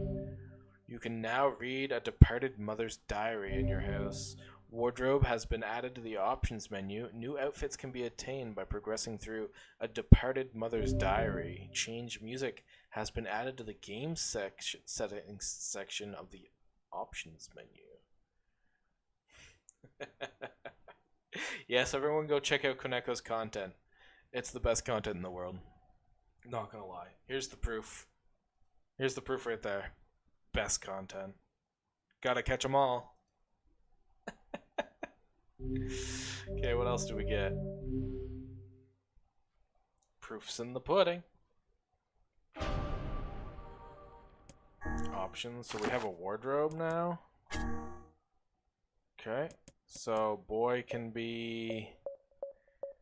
Don't care. Don't care. Oh, we can make Kane look like 2B or A2. Nice. Nice. Emil can be... Nothing. I think that's fine.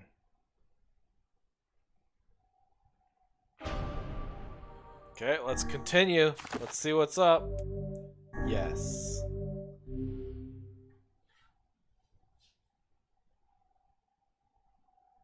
Grown-ass man in a lolly cosplay. Whenever I interacted with Kaine, Oh shit, we're starting I here. was reminded about something from my past. Okay. Maybe my mind has been confusing her with my sister this whole time. Anyway...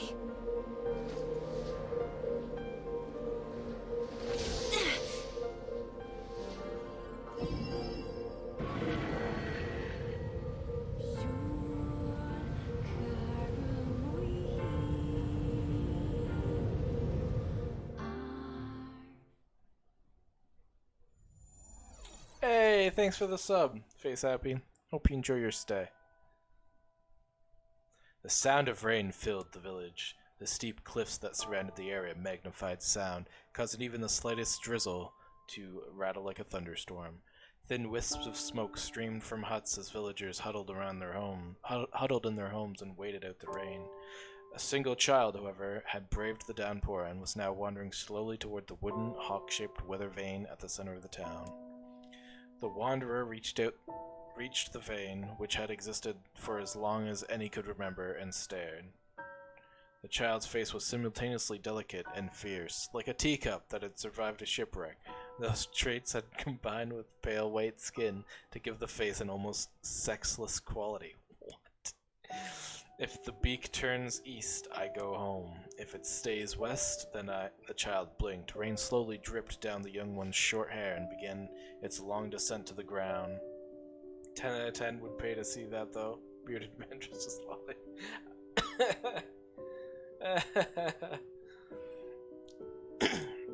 Come on, come on! The child felt a slight breeze and watched as the vein slowly creaked to life. Spinning this way and that for a moment, it finally settled with the beak pointing firmly toward the east. East? Really? Before the vein could move again, a jagged rock came spinning and tumbling through the air, striking home against the child's head. The force of the blow dropped the child to the ground as a hail of stones began to fall all around. Oh no, they found me! A heartbreaking smile crept across the child's face as the stones continued their assault. Through the rain, the sound of multiple footsteps grew louder before a voice rang out. Yo-ho, Kaine! The voice belonged to Demo, worst of all the bullies in the area. As Kaine struggled to stand, a final stone came skittering through the mud and bounced against her foot. Koneko, make it happen. I'm not gonna post pictures of me. Maybe in my VTuber. Blood oozed from a cut above her eye and blurred her vision, but she could make out the shapes of Demo and his usual gang of idiots. The boy seemed taken aback for a moment, by Kaine's seeming indifference to the blood dripping from her face, but quickly regained his bravado. "What's up, freak? You like the rain? You getting all wet, or did you finally decide to run away from home?" Though she knew it was futile, Kaine turned to leave. Before she could get more than a few steps, the other children scrambled to surround her, cruelty burning in their eyes. Kaine knew those were not the only eyes on her. The tormentors' parents watched from the safety of their homes. She was attuned to the sensation. It was one she had experienced many times before. While some villagers simply turned a blind eye to the actions of their children, many encouraged it openly. In a society ruled by superstition and fear, Kaine was something to be hated, and if possible, destroyed. "I didn't say you could leave, freak." Demo's words chewed at her like a worm through an apple. "He can't hurt me," she lied to herself. "Be strong. Be brave. He can't hurt me. He can't hurt me. He can't hurt." Oh look, the little freak is gonna cry. "What's wrong? Are you sad that everyone hates you and wants you dead?" Jesus. Kaine prayed for the rain to flood down and carry her away from a world that seemed to have no place for her. But if there were gods, they chose to ignore her. As Demo crept ever closer, the clouds began to thin and the rain slowed. "Even the weather hates me. I'm useless. A failure. I wish Demo's rock had taken my head off." Kaine couldn't meet Demo's leering gaze. She lowered her eyes and stared at the muddy ground below. The bully moved forward until he was inches away. She could smell the scent of old meat on his breath. The boy grabbed Kaine's face with thick fingers and yanked it upward. She tried to turn away, but he forced her gaze back and jammed his thumb against her eyelid to pry it open. "Jesus, child, show me." "No." "What, did you just say no? Did you just say no?" Demo grinned evilly. "You don't say no to me. No one says no to me." Even taking his attention from Kaine, he called out to his cohorts, "Come on, guys, let's give the freak what she deserves." As soon as Demo finished, kicks and blows began to rain down upon Kaine. Demo paused, still grinning, as Kaine curled into a ball and tried to make the pain stop. "I don't get you, freak. What you acting like a girl for, huh? Everyone knows what you really are." Kaine ignored the question, choosing instead to stare at the weather vane. It continued to point east, as if supremely confident about the future it had chosen for her. Go home? Yeah, that's a funny joke for someone with dead parents and no home to go to. "Freak," chanted the children. "Freak, freak, freak." Kaine closed her eyes and listened to the rain, waiting for the pain to start again. As the clutching hands of the village children closed around her, she bent her mind to the sound of the rain, letting it become her world entire. The rain fell, but the pain never came. Only when the laughter of her tormentors turned to terrified cries did she dare open a single blood-caked eye. Kaine was shocked to see Demo sprawled on the ground, holding his head and screaming in pain. She could see the blood welling from spaces between his fat, twisted fingers. Oh my god, he's crying. He's actually crying. Deprived of their leader, the other children glanced back and forth between themselves, as if waiting for someone to step forward and take charge. When no savior emerged, they began an uneasy shuffle away from Kaine. But the young girl was at least the least of their concerns. Instead, their attention was wrapped on the ancient woman standing a few feet away. After struggling for breath for a moment, she finally spoke in a voice thick with rage. "Hurts like a bitch, don't it? Now I suggest you scatter before I throw another one. And if any of you little bastards ever touch Kaine again, I'll do far worse than throw a rock. You can count on it." The old woman crouched down and gently touched the hand Demo was using to cover the wound. Before he could think to protest, she ground her palm into the wound and twisted back and forth. "Ow," he screamed, leaping to his feet. "Stop it! What are you doing? Quit whining. Ain't no one ever died from a scratch. You hit me with a rock, you stupid bitch. A big one.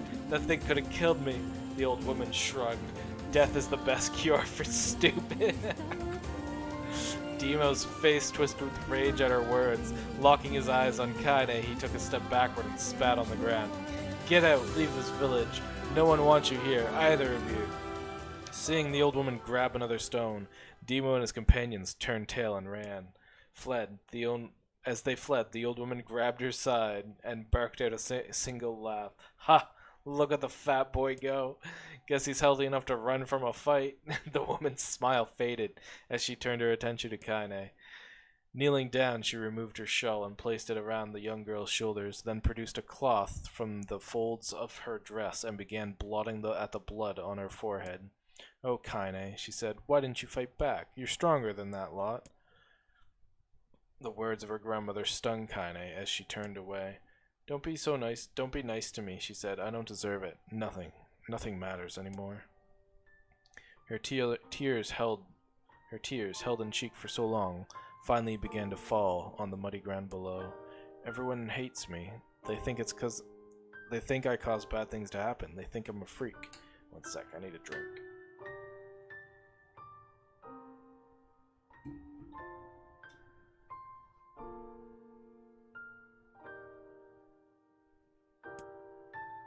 I wish I was dead. As Kane's tear turned to sobs, she felt her grandmother's hands on her shoulders. Despite her advanced age and diminutive size, she was a woman of surprising strength, and Kane found herself unable to turn away. "Don't talk like that, girl. It's a river wide and deep that flows between the realms of this world and the next, and it grants no mercy to any that attempt the crossing. You got a duty to fight until your last breath. Understand?" The old woman tightened her grip and tried to still the tremor in her voice. "You know the pain of losing someone close to you, Kaine? You know because you survived it." As the words hit home, Kaine was struck by the force of her love for the old woman. As a young child, she didn't even know of her grandmother, but when her parents died, the woman quickly accepted her as her own. Grandma, as Kaine called her, was cunning, vulgar, and quick to violence, and their first few years together had not been easy. But with each year that passed, Kaine and her grandmother had grown closer. However, it was only now, sitting in the mud, with tears and blood caking her face, that Kaine truly understood the depths of her affection.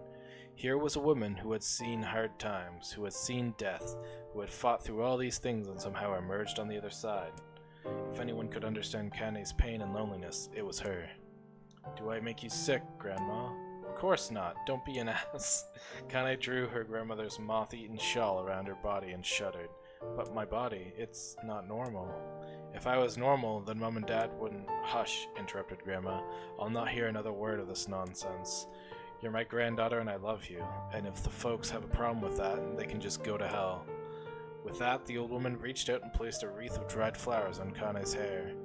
Then, the skill it took to bend the flowers without breaking the stems or losing a single petal was remarkable, and the beauty of it made Kaine want to cry all over again.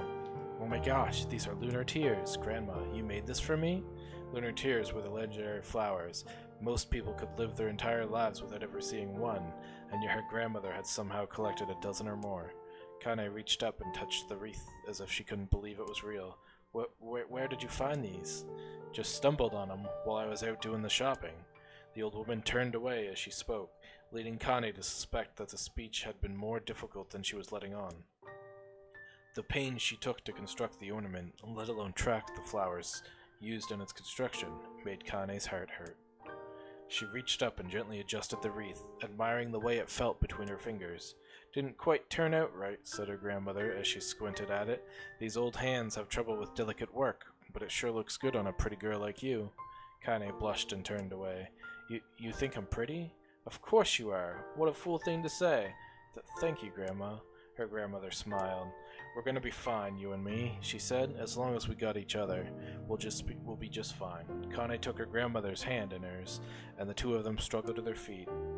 As they began the long walk home, Kaine gripped the hand with all her might, as if trying to stop smoke from drifting away on the wind. The rain had stopped. Kaine stood beneath the weather vane, watching it spin in lazy circles, no longer caring about the direction it faced when it stopped. "I don't need to escape. I have a home now. Grandma loves me, and that's enough.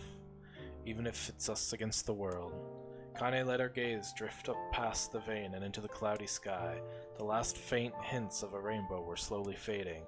As she turned and headed for home, the light scattered into a million particles and vanished, seemingly taken away on the breeze. Kaine's dreams daily life. Well, she had a horrible childhood. In the distance, Kaine heard the steady sounds of an axe striking wood. The noise had a purposeful quality to it, as if she was hearing a master woodsman go about his work. The firewood being produced, however, was as far from a work of art as could be. Pieces of every shape and size were being flung about a barren yard with wild abandon. Anyone trying to stack such wood would probably die of frustration before the job was through.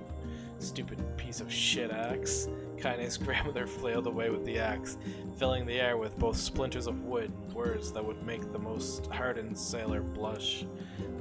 Grandma, called Kaine.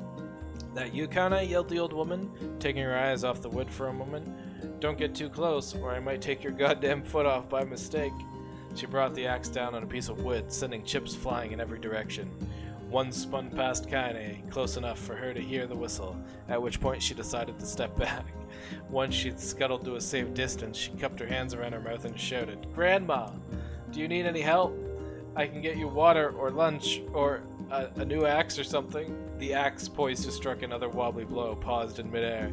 The old woman considered her granddaughter's offer for a moment and then smiled.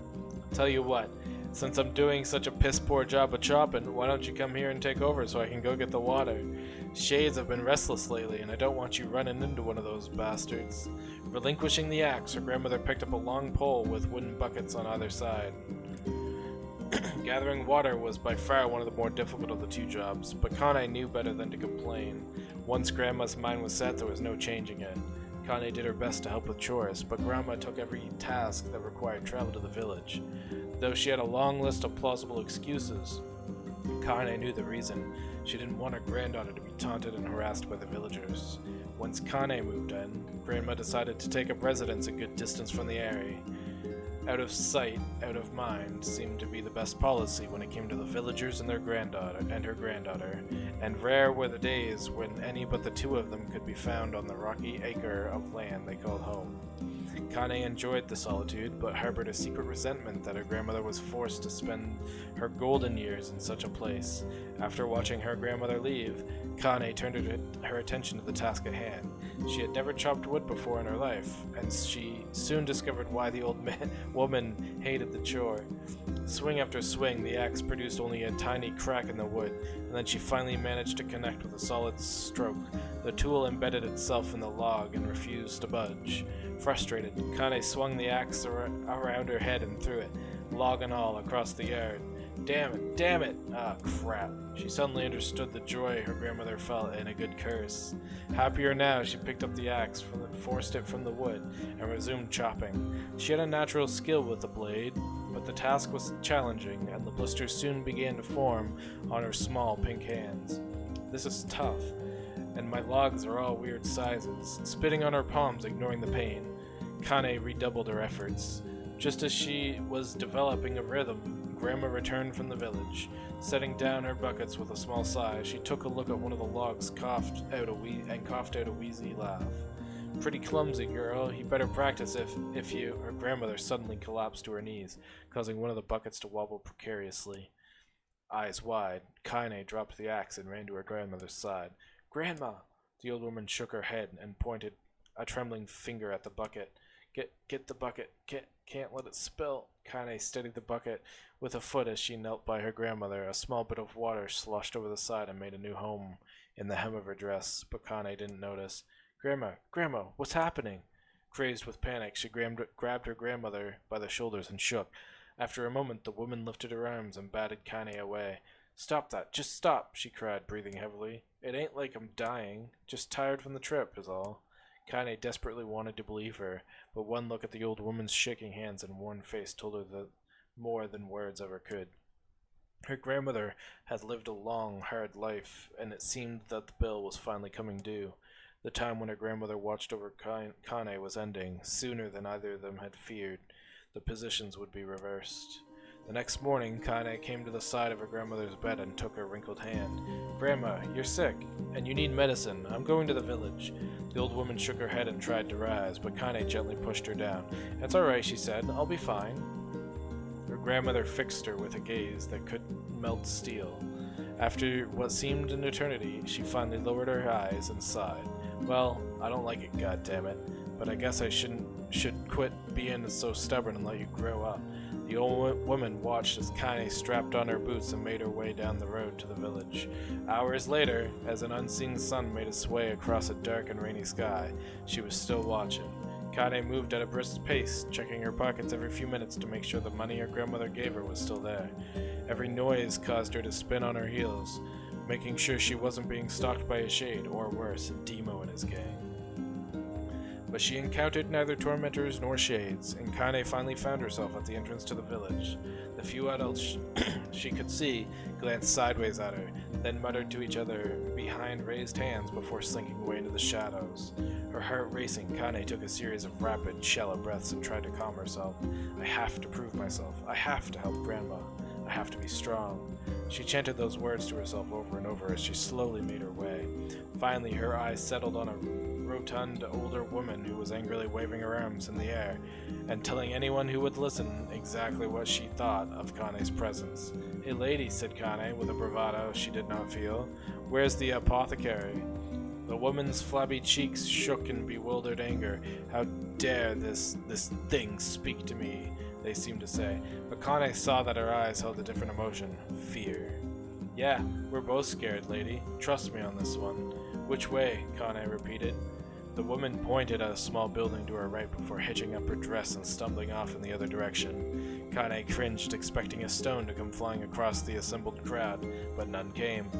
Her mind was filled with a strange sense of pride as she made her way to the apothecary, but the new emotion had little time to take root, for as soon as she opened the door, she noticed a familiar customer at the counter.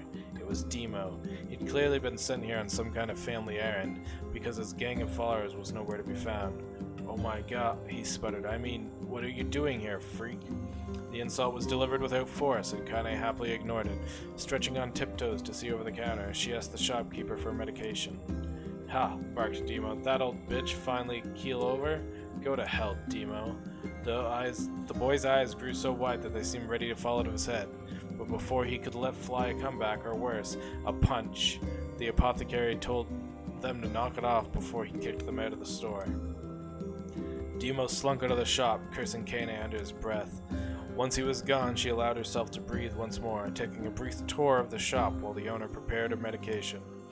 Countless tiny bottles filled the cramped store, each with a label written in some indecipherable language. An ocean of aromas assaulted her nose, creating a scent that was exotic, but not altogether unpleasant. Seeing such a variety of supplies gave Kane a sense of peace. Surely in a world so vast, there would be a place that she could call home. On the far wall behind the counter rested a portrait of a stunning young girl. The picture had once contained bright, vibrant colors, but the time had worked its cruel magic and they were beginning to fade. The beauty of the work, however, remained undiminished. "You like that picture?" Kane turned to find the apothecary with a small vial of medicine in his hands. His eyes were gentle, but sad, and they seemed to stare through her and into nothing as he spoke. "That's my daughter. I sketched it when she was just a little girl. She'd been dead for a long time now." Kane didn't know how to respond. She just stared at the portrait and tried to come up with the right words. "Pictures are wonderful things," continued the shopkeeper. "They let the ones closest to you live on forever." He shook his head slightly, then looked down at Kane and smiled. Handing her the medicine, he reached into his sizable green apron and produced a handful of old wax crayons. It's Kane's backstory. Kane, girl in lingerie.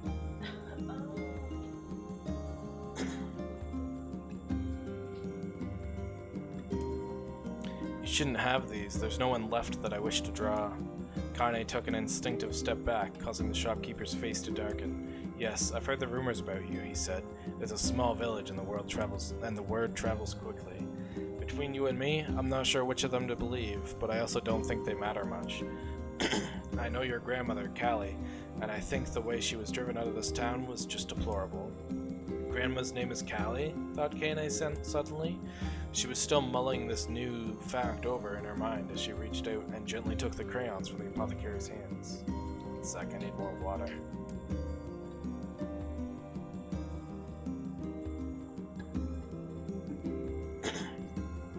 "Your grandmother is an old friend of mine," he said, as Kane scooted away yet again, "and I owe her much. I wager she would like it if you drew a picture of her." "Yes, I think she would like that very much." Kane murmured a quiet agreement, but inside her heart was bursting. Never before had a villager treated with anything but complete contempt. It was a tiny, almost imperceptible step, but it was a step nonetheless, and with enough tiny steps, she might one day discover the rest of the world. When Kane returned home, She found her grandmother asleep in her bed. Her feet were blackened and raw, even bleeding a bit in places, leading Kane to think that she had been pacing around the room until exhaustion finally caught up with her. She placed the medicine by her grandmother's pillow and turned to leave, but found the old woman's hand clasped around her arm. "Back already, are you?" asked the grandmother with a yawn. "Come here, let me have a look at you." Grandma sat up and examined Kane from head to toe. Finally satisfied that nothing terrible had befallen her grandchild, she leaned back and allowed herself to relax. "Well, how was it? Those bastards give you any trouble?" "It was kind of fun," said Kane with a small smile. "No, seriously, it was. Fun, eh?" asked her grandmother in a voice which implied she believed anything but. "Uh-huh, so anytime you need me to run an errand, just let me know." As she spoke, Kane removed the crayons from her pocket. After a brief explanation of their source, she informed her grandmother that she was going to sketch her portrait. "A portrait of me? Ridiculous. No one wants to stare at a wrinkled old crone." "But Grandma, it'll make you live forever." "Horse shit," said her grandmother, throwing back the sheet from her bed. "Living forever would just piss me off. Now put those crayons away and help with dinner." But Kane would not relent, and in the end, Grandma found herself leaning against the wall of the house, as if posing for a master artist. Kane took up the crayons, eyed her subject carefully, and set to work. Just as her grandmother was about to nod off, Kane finished the piece. After staring at it for a bit, she released it from her grip and let it slowly drift to the floor. "It's terrible. It doesn't look like you at all." "I'm sorry, Grandma. I thought these crayons would, make drawing easy or something." The old woman's eyes narrowed at her granddaughter's disappointment. "Let me be the judge of that," she said, ignoring the pain in her back and reaching for the paper. The sketch could have been a person's face. It could have also been a boulder, a lump of clay, or an incredibly misshapen loaf of bread, all rendered in a chaotic array of colors. "Hey, Kiki, how's it going?" The old woman stared at the picture for a long time, then slowly wheezed out a laugh. "Oh, Kane," she said between laughter. "You truly are my blood. You're as clumsy as me, and I love it. But, hush, I won't hear any more bull about how ugly you think it is. It came from the heart, and I'll treasure it always. You gotta go lurking because you got stuff to do. Alright, well thanks for the lurk, Kiki. Hope you enjoy the stuff you gotta do." Haha, thanks. Appreciate it. True to her word, the old woman gave the picture a place of honor above the kitchen table. In the days that followed, I won't, it's errands. Oh no. Well, I hope they go smoothly. In the days that followed, Kane would often catch her staring at the portrait with a strange smile on her face, an action she interpreted as silent, mocking laughter. A week later, Kane could stand it no more, and asked her grandmother to take the artwork down. "Posh," said the old woman. "I'll take this down when they roll me into my shroud." She pondered this for a bit, and then turned to Kane and dropped to one knee. "Listen to me, girl. Seeing this picture makes me happy in a way I've never felt before, and it makes me want to go on, so that someday you can feel the same happiness." It was a moment that burned itself into Kane's memory, a perfect blend of pride and love and joy that came together to form a lifelong remembrance. She swore to never forget this moment, to never forget the old woman who had made her place in the world possible. Time moves on. People and memories move in and out of a life like ghosts passing through a hall. But this moment will be different, Kane swore, because I will remember it forever. Forever. Kane's dreams. Separation. So much reading. Kane listened to the sound of crackling firewood and stared at the black object on her plate. She'd been pushing it around the wooden disc for a good 10 minutes, ignoring the bemused stare of her grandmother. Finally, she summoned her courage and gave the object a brief sniff. A sharp, bitter scent flew up her nostrils and made its home there, causing her face to twist with disgust. "Grandma, I can't believe you want me to eat a bug." The old woman threw more wood under the cooking pot and snorted. "It's no bug, you fool girl. It's a berry. Why the hell would I be feeding you bugs?" "Yeah, well, it sure looks like a bug," said Kane, "and I think it's burnt or something, because it smells terrible." With that, Kane held her nose and threw the berry in her mouth, chewing as little as possible. "Oh yeah, that's terrible, alright." "Why, you little brat," laughed the old woman. "Look at the sass on you. You've been spending too much time with me, and that's a fact." 5 years had passed since the moment when Kane's grandmother saved her from the bullies. It's often that the way with two stubborn people. The relationship had grown in fits and starts, but moved forward all the same. Meals that used to be somber affairs were now filled with laughter and hurled abuse in equal measure. Kane could not remember a time when she had been happier. As the years went by, Kane started to shoulder more and more of the daily responsibilities.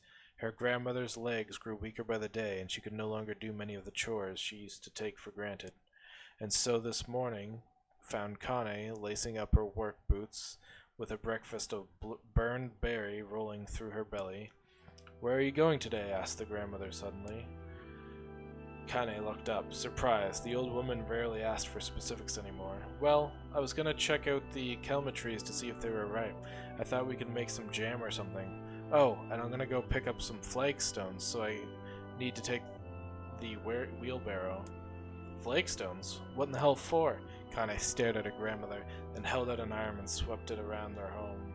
Constructed mostly of cloth, rope, and rubble, the old place sagged like a boxer in the final round. "Grandma, a dying cat could chew through this house. I'm going to build a stone wall so we have some protection." The old woman laughed, exposing her toothless grin to the world. "Goddamn girl, if a bunch of thieves want to ransack this old place, let 'em come. We got nothing worth stealing anyway." "I'm not worried about thieves, I'm worried about shades. People saw one west of the village yesterday." The old woman tilted her head and stared at her granddaughter. "Well, shoot, I don't know why you have to do it today. We can worry about it some other— Grandma, no. If I don't go to the kelma trees, we won't eat it tonight. You know that." A confused expression passed across the old woman's face, and for a moment she was a small child lost at a carnival. Yes, she said after a bit. "Yes, of course you're right. I'm sorry, Kane. Lately it seems my mind is—" She didn't finish the thought. Instead of walking over to her nightstand and gently taking the wreath of lunar tears from the drawer, the flower's petals had aged to a brilliant whiteness, and Kane thought it was more beautiful now than the day she first received it. "You're gonna be a true woman soon," said Grandma, as she placed the flowers on the girl's hair. "So that means less chatter about shades and building defensive walls, and more talk about how beautiful you've become." Annoyed, Kane reached up to remove the garland, but the look on her grandmother's face stopped her hand. "You're a beautiful thing," said the old woman, "and there ain't another like you in all the world. I'm very proud of you." "Okay, Grandma, that's enough goddamn compliments for one day. Such a mouth on you. Where did that come from? Gee, I wonder."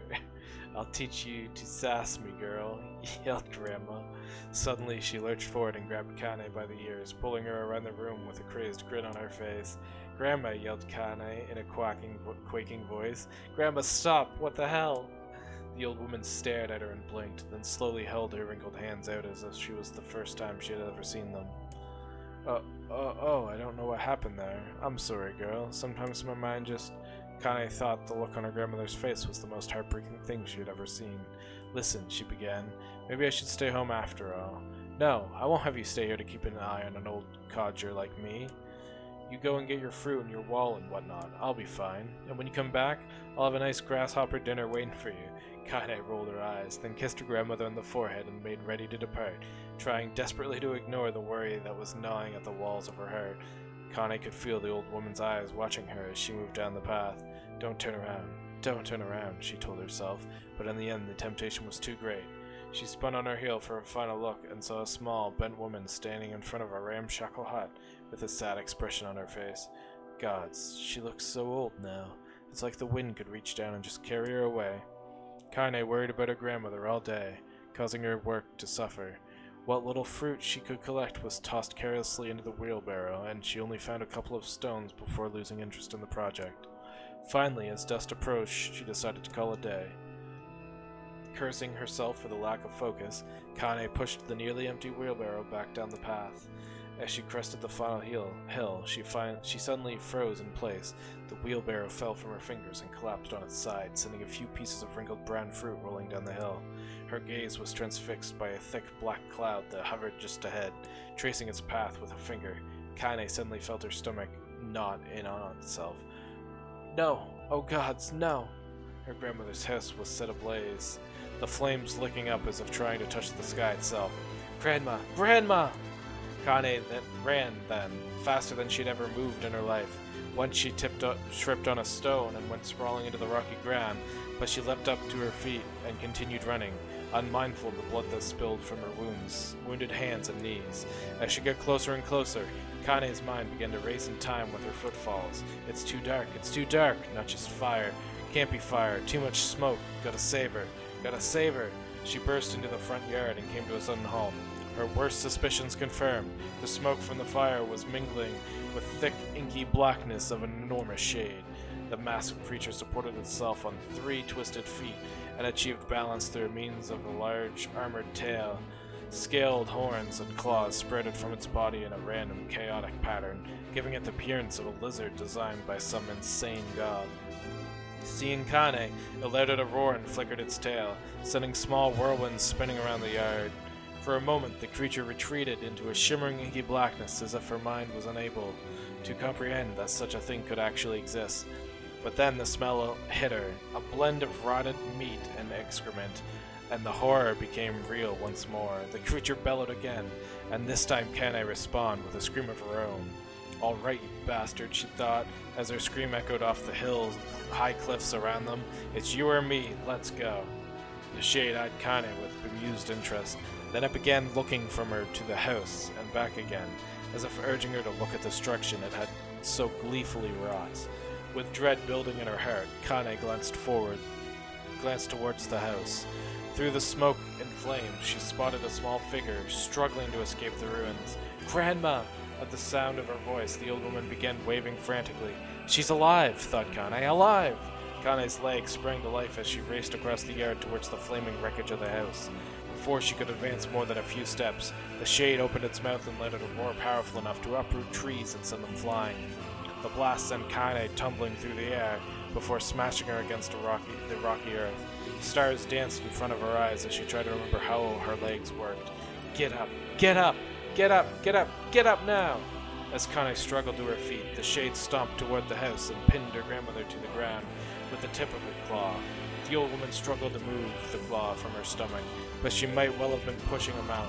She coughed briefly, sending a small spray of blood into the air, then collapsed to the ground, her energy spent. Kane lurched to her feet, only to fall back to earth with a gasp. Her ankles were on fire. One or both of them were so surely broken. Ignoring the pain that screamed through her body, she began dragging herself across the ground, leaving a drunken trail of dust and blood in her wake. "Grandma, hold on, just a little longer." Her grandmother's face was turning blue, and her eyes rolling back until only the whites were exposed. Kane pulled herself across the ground with a maddening slowness, the distance seeming to increase with every second that passed. The shade glanced between the two women and flicked out its tongue, its giant mouth turning up at the corners. Short, panting breaths belched from somewhere deep inside its core. "Bastard," laughing at us. She had no idea how such a mindless creature could experience emotion, but there could be no doubt that the shade was taking joy in their suffering. "Yeah, I see your plan." The shade moved his claw slightly, allowing Grandma to breathe again. It was clearly keeping her alive, only to snuff out her life when Kane was close enough to touch her. "I'm gonna kill this bastard." Summoning all her strength, Kane rose to her feet. There was a sickening snap from her right ankle as the foot twisted backward, but she forced it from her mind and began to hobble towards the monster.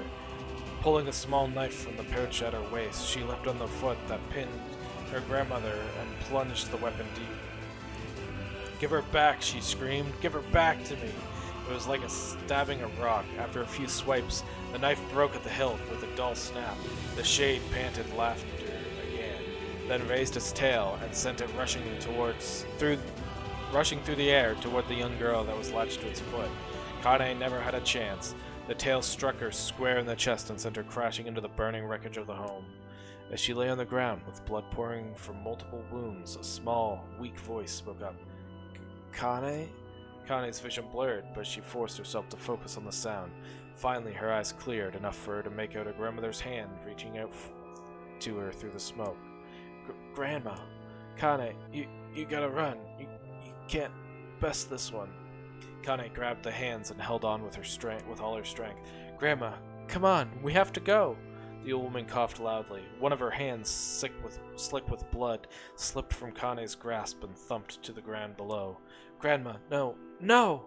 I said run, goddammit. You have to live. You have to get through. The thought would stay forever unfinished. Before she could say another word, the Shade's claw foot descended, smashing through the remains of the roof and down upon the shattered figure of the old woman. Blood oozed from the gaps in the creature's toes as the terrible putrid smell assaulted Kane's nose once again. She stared at the foot, dumbfounded, convinced that what she was seeing could not possibly be real. When the creature finally lifted its appendage, all that remained underneath was a twisted, unrecognizable mass of rubble and red. Her grandmother was gone. Kane blinked, trying to feel the hands which had been in hers just a moment before.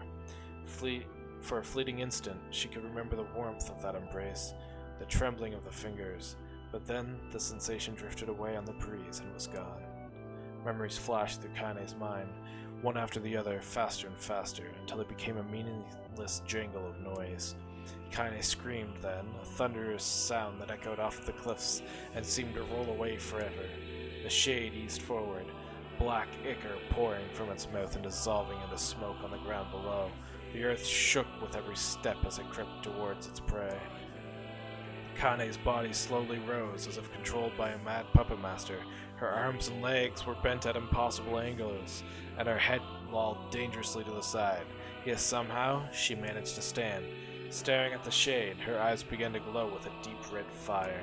The creature, so confident just moments before, took a slow, hesitant step backward, trying to discern if this broken human could possibly pose a threat. Kane seized the moment. Laughing like a madwoman, she leapt into the air and plunged the shattered hilt of her knife deep into the leg of the Shade. The Shade shook Kane off like a fly, sending her crashing to the earth once again. Her chest rose and fell slowly, as if a great weight were resting on it. Moist sounds of pain echoed through her mind. Something warm and thick oozed from her ears. Is that blood? Think it is. Think I'm bleeding to death. No, can't. Can't die. Grandma told me to live. Deep inside Kane's mind, something finally broke. The sound, the pain, the smoke and the flames. All of it faded away until all that remained was a single incantation repeated over and over again. Kill it, kill it, kill it, kill it, kill it, kill it, kill it, kill it, kill it, kill it, kill it, kill it, kill it, kill it now. As the spark that was Kane slowly began to flicker and die, she felt her desire to kill and her desire to live blend into one. The distance between heartbeats grew longer and longer and longer.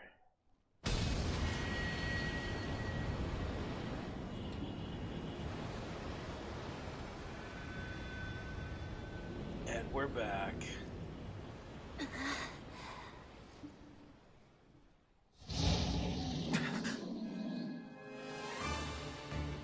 The beast approaches. Hey, it's Vice.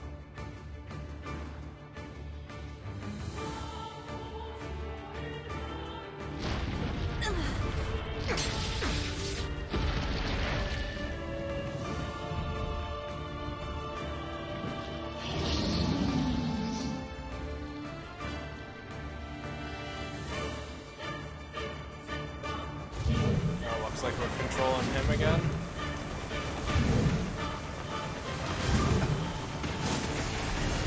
What anger this creature must have. How did it even survive these past 5 years? I'm not gonna let this happen again. It dies today. Yeah, it freaking does. Swords, lighter. It's not the blade, but the skill of the user. Strike it down.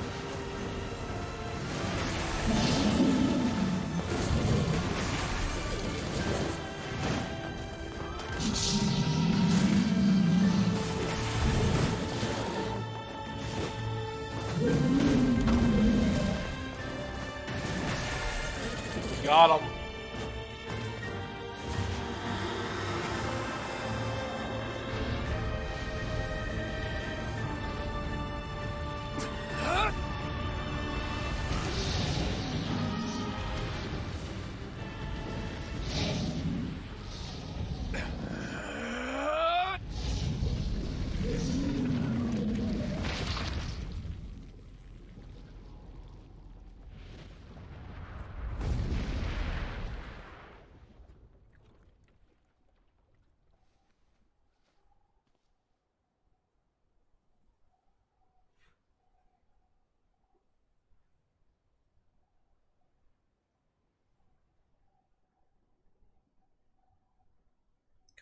Kane's dreams encounter.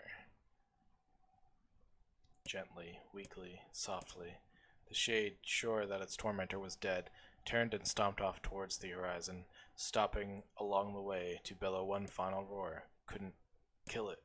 Shamed beyond imagination, Kane turned her head to the side, but only succeeded in coughing up a huge gout of blood. It was getting difficult to see, but only after a moment of fierce concentration did she realize that her left eye was gone. Laughing to herself, she turned her remaining eye to the ruins of her home and noticed a ragged stump of arm resting a few feet away. Yeah, that's mine, she thought with a giggle. This is gonna make clapping a real bitch. Ha! Cried a sudden voice from the depths of her mind. Finally gonna die, are ya? Well, you had it coming. Go to hell, Demo, she thought at the unseen assailant. Go to hell before I pluck out your eyes and feed them to a dog. The voice of her childhood terror evaporated into smoke, only to be replaced by another, more recent voice. Hold still, said the apothecary, materializing from the ruins like a ghost. I want to draw you. That way you can live forever. No, stop. Don't want to live forever. Want to die right here. I see, he said quietly. Well, if that's what you want. The spectral shopkeeper fluttered in and out of existence for a moment, then produced a piece of paper and sketched quickly. After a few seconds, he turned the page to Kane and smiled. Since you rejected my offer, I decided to draw someone else. It was a picture of her grandmother, real as life. Kane opened her mouth to thank the man, but stopped as the picture began to blacken in the middle. Before she could say anything, dozens of multi-legged insects began to swarm across the image, tearing at it with sharpened pincers. Stop! No! Don't hurt that picture! Kane reached out with the remaining arm and waved futilely at the air. To her surprise, the insects fell off the picture to the ground, where they vanished into tiny black tendrils of smoke. Relieved, Kane turned her good eye back to the picture, only to open her mouth into a silent scream. The sketch now showed her grandmother as she truly was, a smashed, unrecognizable lump of nothing. The apothecary smiled, then broke into a jolly dance. See that? He cried as he danced his jig. It's perfect now. She looks just like you. Ha-cha-cha-cha-cha. I look like that? Oh God, I'm gonna die. I'm gonna die. Drowning in despair, Kane laid her head back in the mud and smoke of her ruined house and waited. Okay, I read that fucked up. Kane laid her head back in the mud and smoke of her ruined house and waited for the end to come. But just before she let everything go, an unfamiliar voice began to whisper in her ear. Ain't you got a wish, sunshine? The voice was vulgar and fierce at the same time, as if insanity had somehow found a way to take form.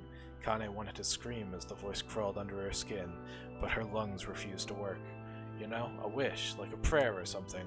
Why don't you get on your knees and start praying to heaven? Please, invisible man in the sky, save me! Save me! Ha ha ha ha! Kane finally resorted to shouting at the voice with her mind. I don't make wishes, they don't come true for me. I'm a curse, a freak. I should be left to die. The other voice boomed in her ears. Oh God, you are the best. Kane glanced down and saw a black, shiny substance oozing from her legs. She tried to brush it away, but her remaining arm would no longer respond. The substance slowly crept around her feet, and then began to move up toward the rest of her body. Is this death? Is this what it's like? Or is my mind just losing itself? She could feel the slime oozing upward, feel the hot, searing pain it left in its wake. Whatever else might be happening, she was still alive, and this was real. Come on, said the voice. Let it go. Kane tried to ignore the voice and concentrate on the pain, but the newcomer would have none of it. Don't ignore me, sunshine. You're ready to give up, ready to die, so why not let me have it? Have what? Your body, come on. Give it to me. Give it to me. I want to stand on the ground, feel the rain, taste the wind. The voice paused as if licking its lips. When it resumed, it was filled with mad, unabated joy. And I want to take your hands and use them to choke the goddamn life out of people. I want to tear out their throats and bathe in the blood, just like before. In response, Kane shifted her head and vomited. The warmth of it crept down her front and mingled with the pain of encroaching black ooze. Are you a shade? Ha ha ha. Yeah, maybe. What of it? The slime reached her face, crept up past her nose, and slowly oozed into the socket of her missing eye. The moment it touched her brain, Kane was struck by the most powerful sensation she'd ever felt in her life. It was ecstasy. She wanted to scream with delight, but all she could manage was a small, whispered moan. "Feels good, don't it?" asked the voice with a chuckle. "Yeah, what can I say? I know how to please the ladies. Now give me that body. Come on, give me the body and I'll give you more of this feeling. It's a fair trade."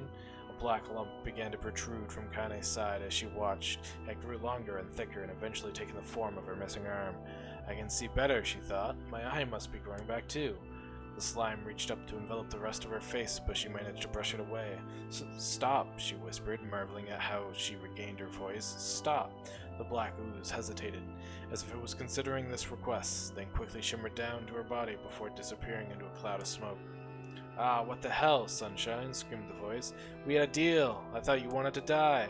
Grandma said, "Can't die yet." A brief image of her grandmother, bloodied and broken, flashed before her eyes. She saw that the shade had killed her. She saw the shade that had killed her, and heard its mocking laughter, then closed her eyes and forced the image from her mind. Her whole body was quaking with rage.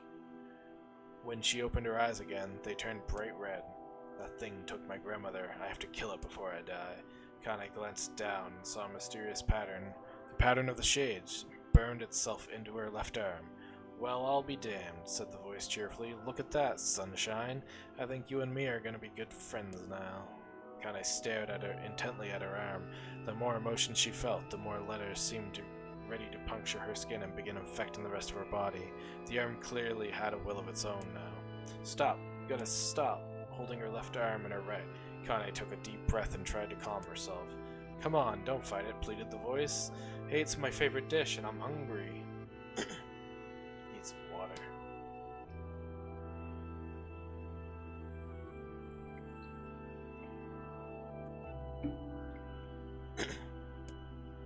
Let it go, feel the anger, burn with the fire of revenge, thirst for blood, and then get out there and... Shut up, and get the hell out of my body. Your body? Oh, that's rich, Sunshine, real rich. Look, why don't you just up and die so I can have the body all to myself? What do you say? I bet those buddies of yours in the area would love to see you dead. Kane grabbed a nearby shard of glass and tried to saw off the shade-infected portion of her side. Before she could, her darkened left arm grabbed her wrist, crushing it. Kane screamed and dropped the shard, as the sound of bone crunching on bone filled the air. "Ha ha ha, stupid idiot girl. You're possessed now, Sunshine, and there ain't no going back." The voice laughed again, a loud, long wail that seemed to go on without end. Possessed? Whispered Kane. "Yeah, possessed. You and me. We got what you might call a timeshare arrangement. Remember how folks used to think you were a freak? Well, wait till they get a load of you now." Kane looked up, tears in her eyes. The sky seemed smaller somehow, darker. Is this because of that shade? Is this how they see the world? "So, listen," purred the voice. "I know this whole possession thing seems a bit sudden, but it ain't all that bad. There's plenty in it for you too. I'm a very powerful creature, Sunshine, and now that power belongs to you. You get enemies, people you want to kill, I can make it happen. That little fat kid who kept picking on you, that big old shade that squashed your granny, we'll wrap them up in their own assholes. No more abuse for you, Sunshine, no more pain." "Wait," said Kane. "You're a shade. Why would you help me kill another shade? What, you think I'm some kind of racist? Some killing snob? I don't give a good goddamn who you murder, honey pants. I just want to drink from the well." Kane considered this as she struggled to her feet, the power of the shade coursing through her. The smoke from her house was drifting away with the wind, and she enjoyed the way the cool evening breeze felt on her new left arm. After a long pause, the voice spoke up again. "So, how about it? You and me, we could have some good times together. Look, I'll even take care of the bloody part if you don't want." "Fuck off, asshole," muttered Kane. "I'll handle the killing." "Ha ha ha," screamed the voice. "Look at you go. Oh, Sunshine, we're gonna have so much fun. So listen, my name's Tyrion, and if you ever need me, I'll just be hanging around out in this piece of meat you call a heart. Now get to it. The more you kill, the more your heart turns rotten and sour, and I like rotten and sour." Kane found herself nodding at the voice. "Yeah," she said. "Yeah, I think this can work. I'm gonna find that shade and I'm gonna strangle it with its own guts." And when I'm done, I'm gonna do the same to you, Tyrion. You can count on it. Ha! Laughed Tyrion. I've shit bigger than you, so good luck with that. Oh, and hey, one more thing. Right now, you and me are sharing this body, but if you ever run out of hate, if you ever, go soft, then I'm gonna take over everything. So keep on killing, Sunshine, and watch your back. The voice grew fainter and gradually faded away, fading to something deep inside Kaine herself. Kaine waited until she was sure the voice was gone, then waved her new left arm around for a few times. It feels perfectly normal, she thought. It feels like mine. Desperately, she began poking and prodding at the new limb, determined to find something wrong with it. She didn't want it to feel normal. That would mean the creature inside her had already won. I'm not a shade. I am Kaine. Repeating this mantra in her mind, she slowly began digging through the rubble of her house, being careful to ignore a certain red-stained spot in the corner. Finally, after what seemed like an eternity of heartbreaking work, she found what she was looking for. It was the wreath of lunar tears. Though it had been through hell and back, the garland's petals were as bright as ever. Kaine started to place it in her hair and then slowly lowered the wreath and stared at it. I'm sorry, Grandma. I'm so sorry. But I don't deserve to wear this anymore. I'm possessed, corrupted, a freak. And this time, I don't think there's any going back. Holding the flowers to her heart, Kaine fell to the ground and sobbed. As night gradually lightened to dawn and the people of the area arose to their daily lives, she remained in that position as if tears could somehow wash away the horror that now infected her world. Alive! Damn! Stay alive! Stay alive! Grandma. Kaine, you gotta live! You gotta come back to us!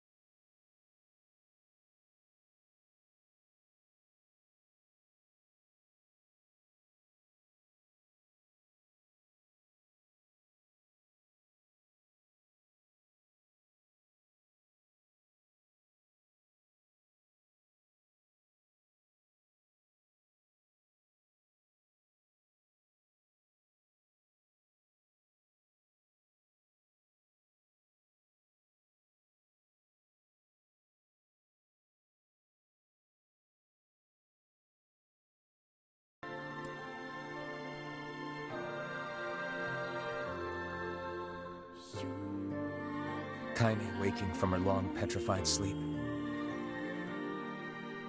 Emil's unflagging kindness. Our reunion was a happy one, and we let it wash over us like rain. That is, until Devila and Popola had to go and ruin it all. Are you kidding me? You can't be serious! Please, try to understand. People are tired and scared, and... I'm sorry. I'm sorry you have to bear the brunt of that. This is crap, and you know it! It's okay. We can sleep outside. No one's sleeping outside. You and Kaine saved this village. And now they want to run you out? Freaking jerks. People are afraid of us. And really, I understand. As long as you're still with us, I can deal with it. Right, Kaine? I'm used to sleeping outside. But... We'll see you later. Sorry about this.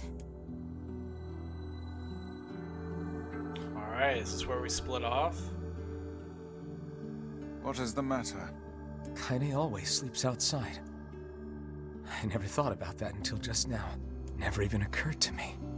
Damn it. We should turn in.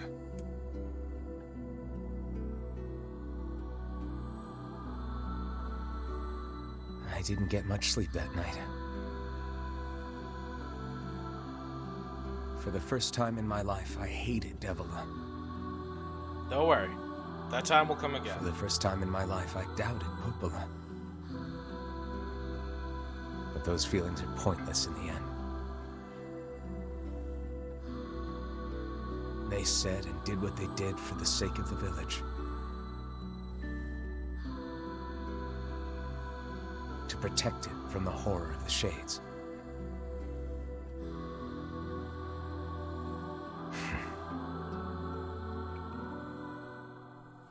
Really, how can I blame Devila and Popola?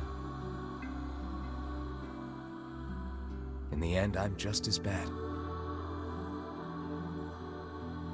Because I never once stopped to think about Kaine and Emil's situation myself.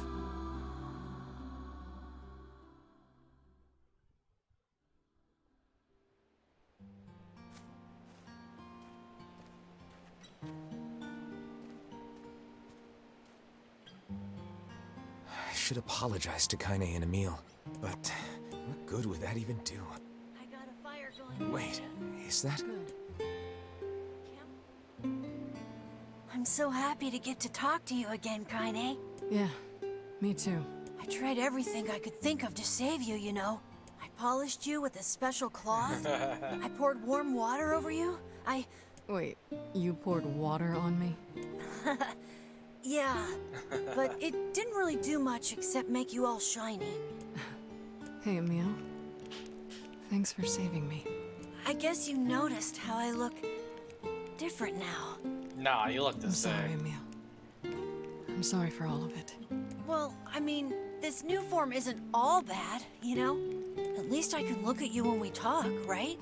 Hey, so why don't you tell me something about yourself? I'm not very interesting. Sorry. Come on, I just want to know you better. Fine. This all happened when I was a kid, before the whole shade possession thing. My body is... different. And when the villagers found out about it, they started treating me like a freak. But one person, my grandmother, accepted me just as I was.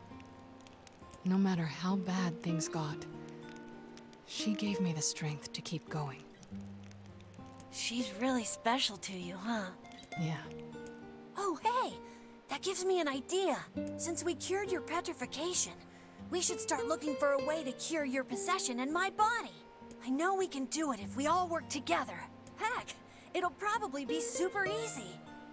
Sure. Let me guess. More warm water? Okay. Can we just forget I told you about that?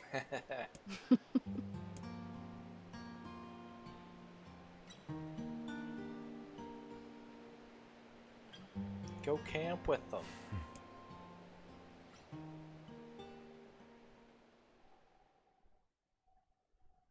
Now loading. Sleep well? Sure. And yet your red eyes tell a different tale. Don't be so hard on yourself, lad. I need to go see Devila and Popola. Very well. Oh my god, it's gonna let me do stuff. What It's my... I've not heard you speak much. She got the black scrawl and died when I was little. My apologies for bringing it up. It's all right. I can barely remember her face anymore. Oh god, what did I click? This is the only thing I have left of her. Reading it helps remind me of when we were still a family. I see. But the final entries get a little... strange. In what way? Well, here, take a look. Oh boy. Okay, it's saved. Awesome. Okay, we've been streaming for almost an hour longer than I intended, and it's a work night, so let's wrap this up. Let me see who is streaming right now.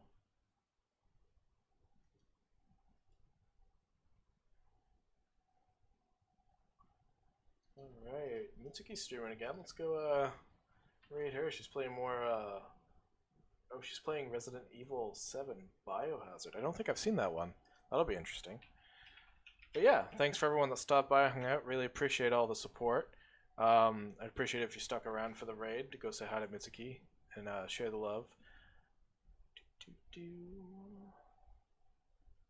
Okay, everything looks set. So yeah, thanks for stopping by. You guys have a good night, and I will hopefully catch you tomorrow when we collab with Fifi. It's at a different time though. It's at 9 p.m. EST.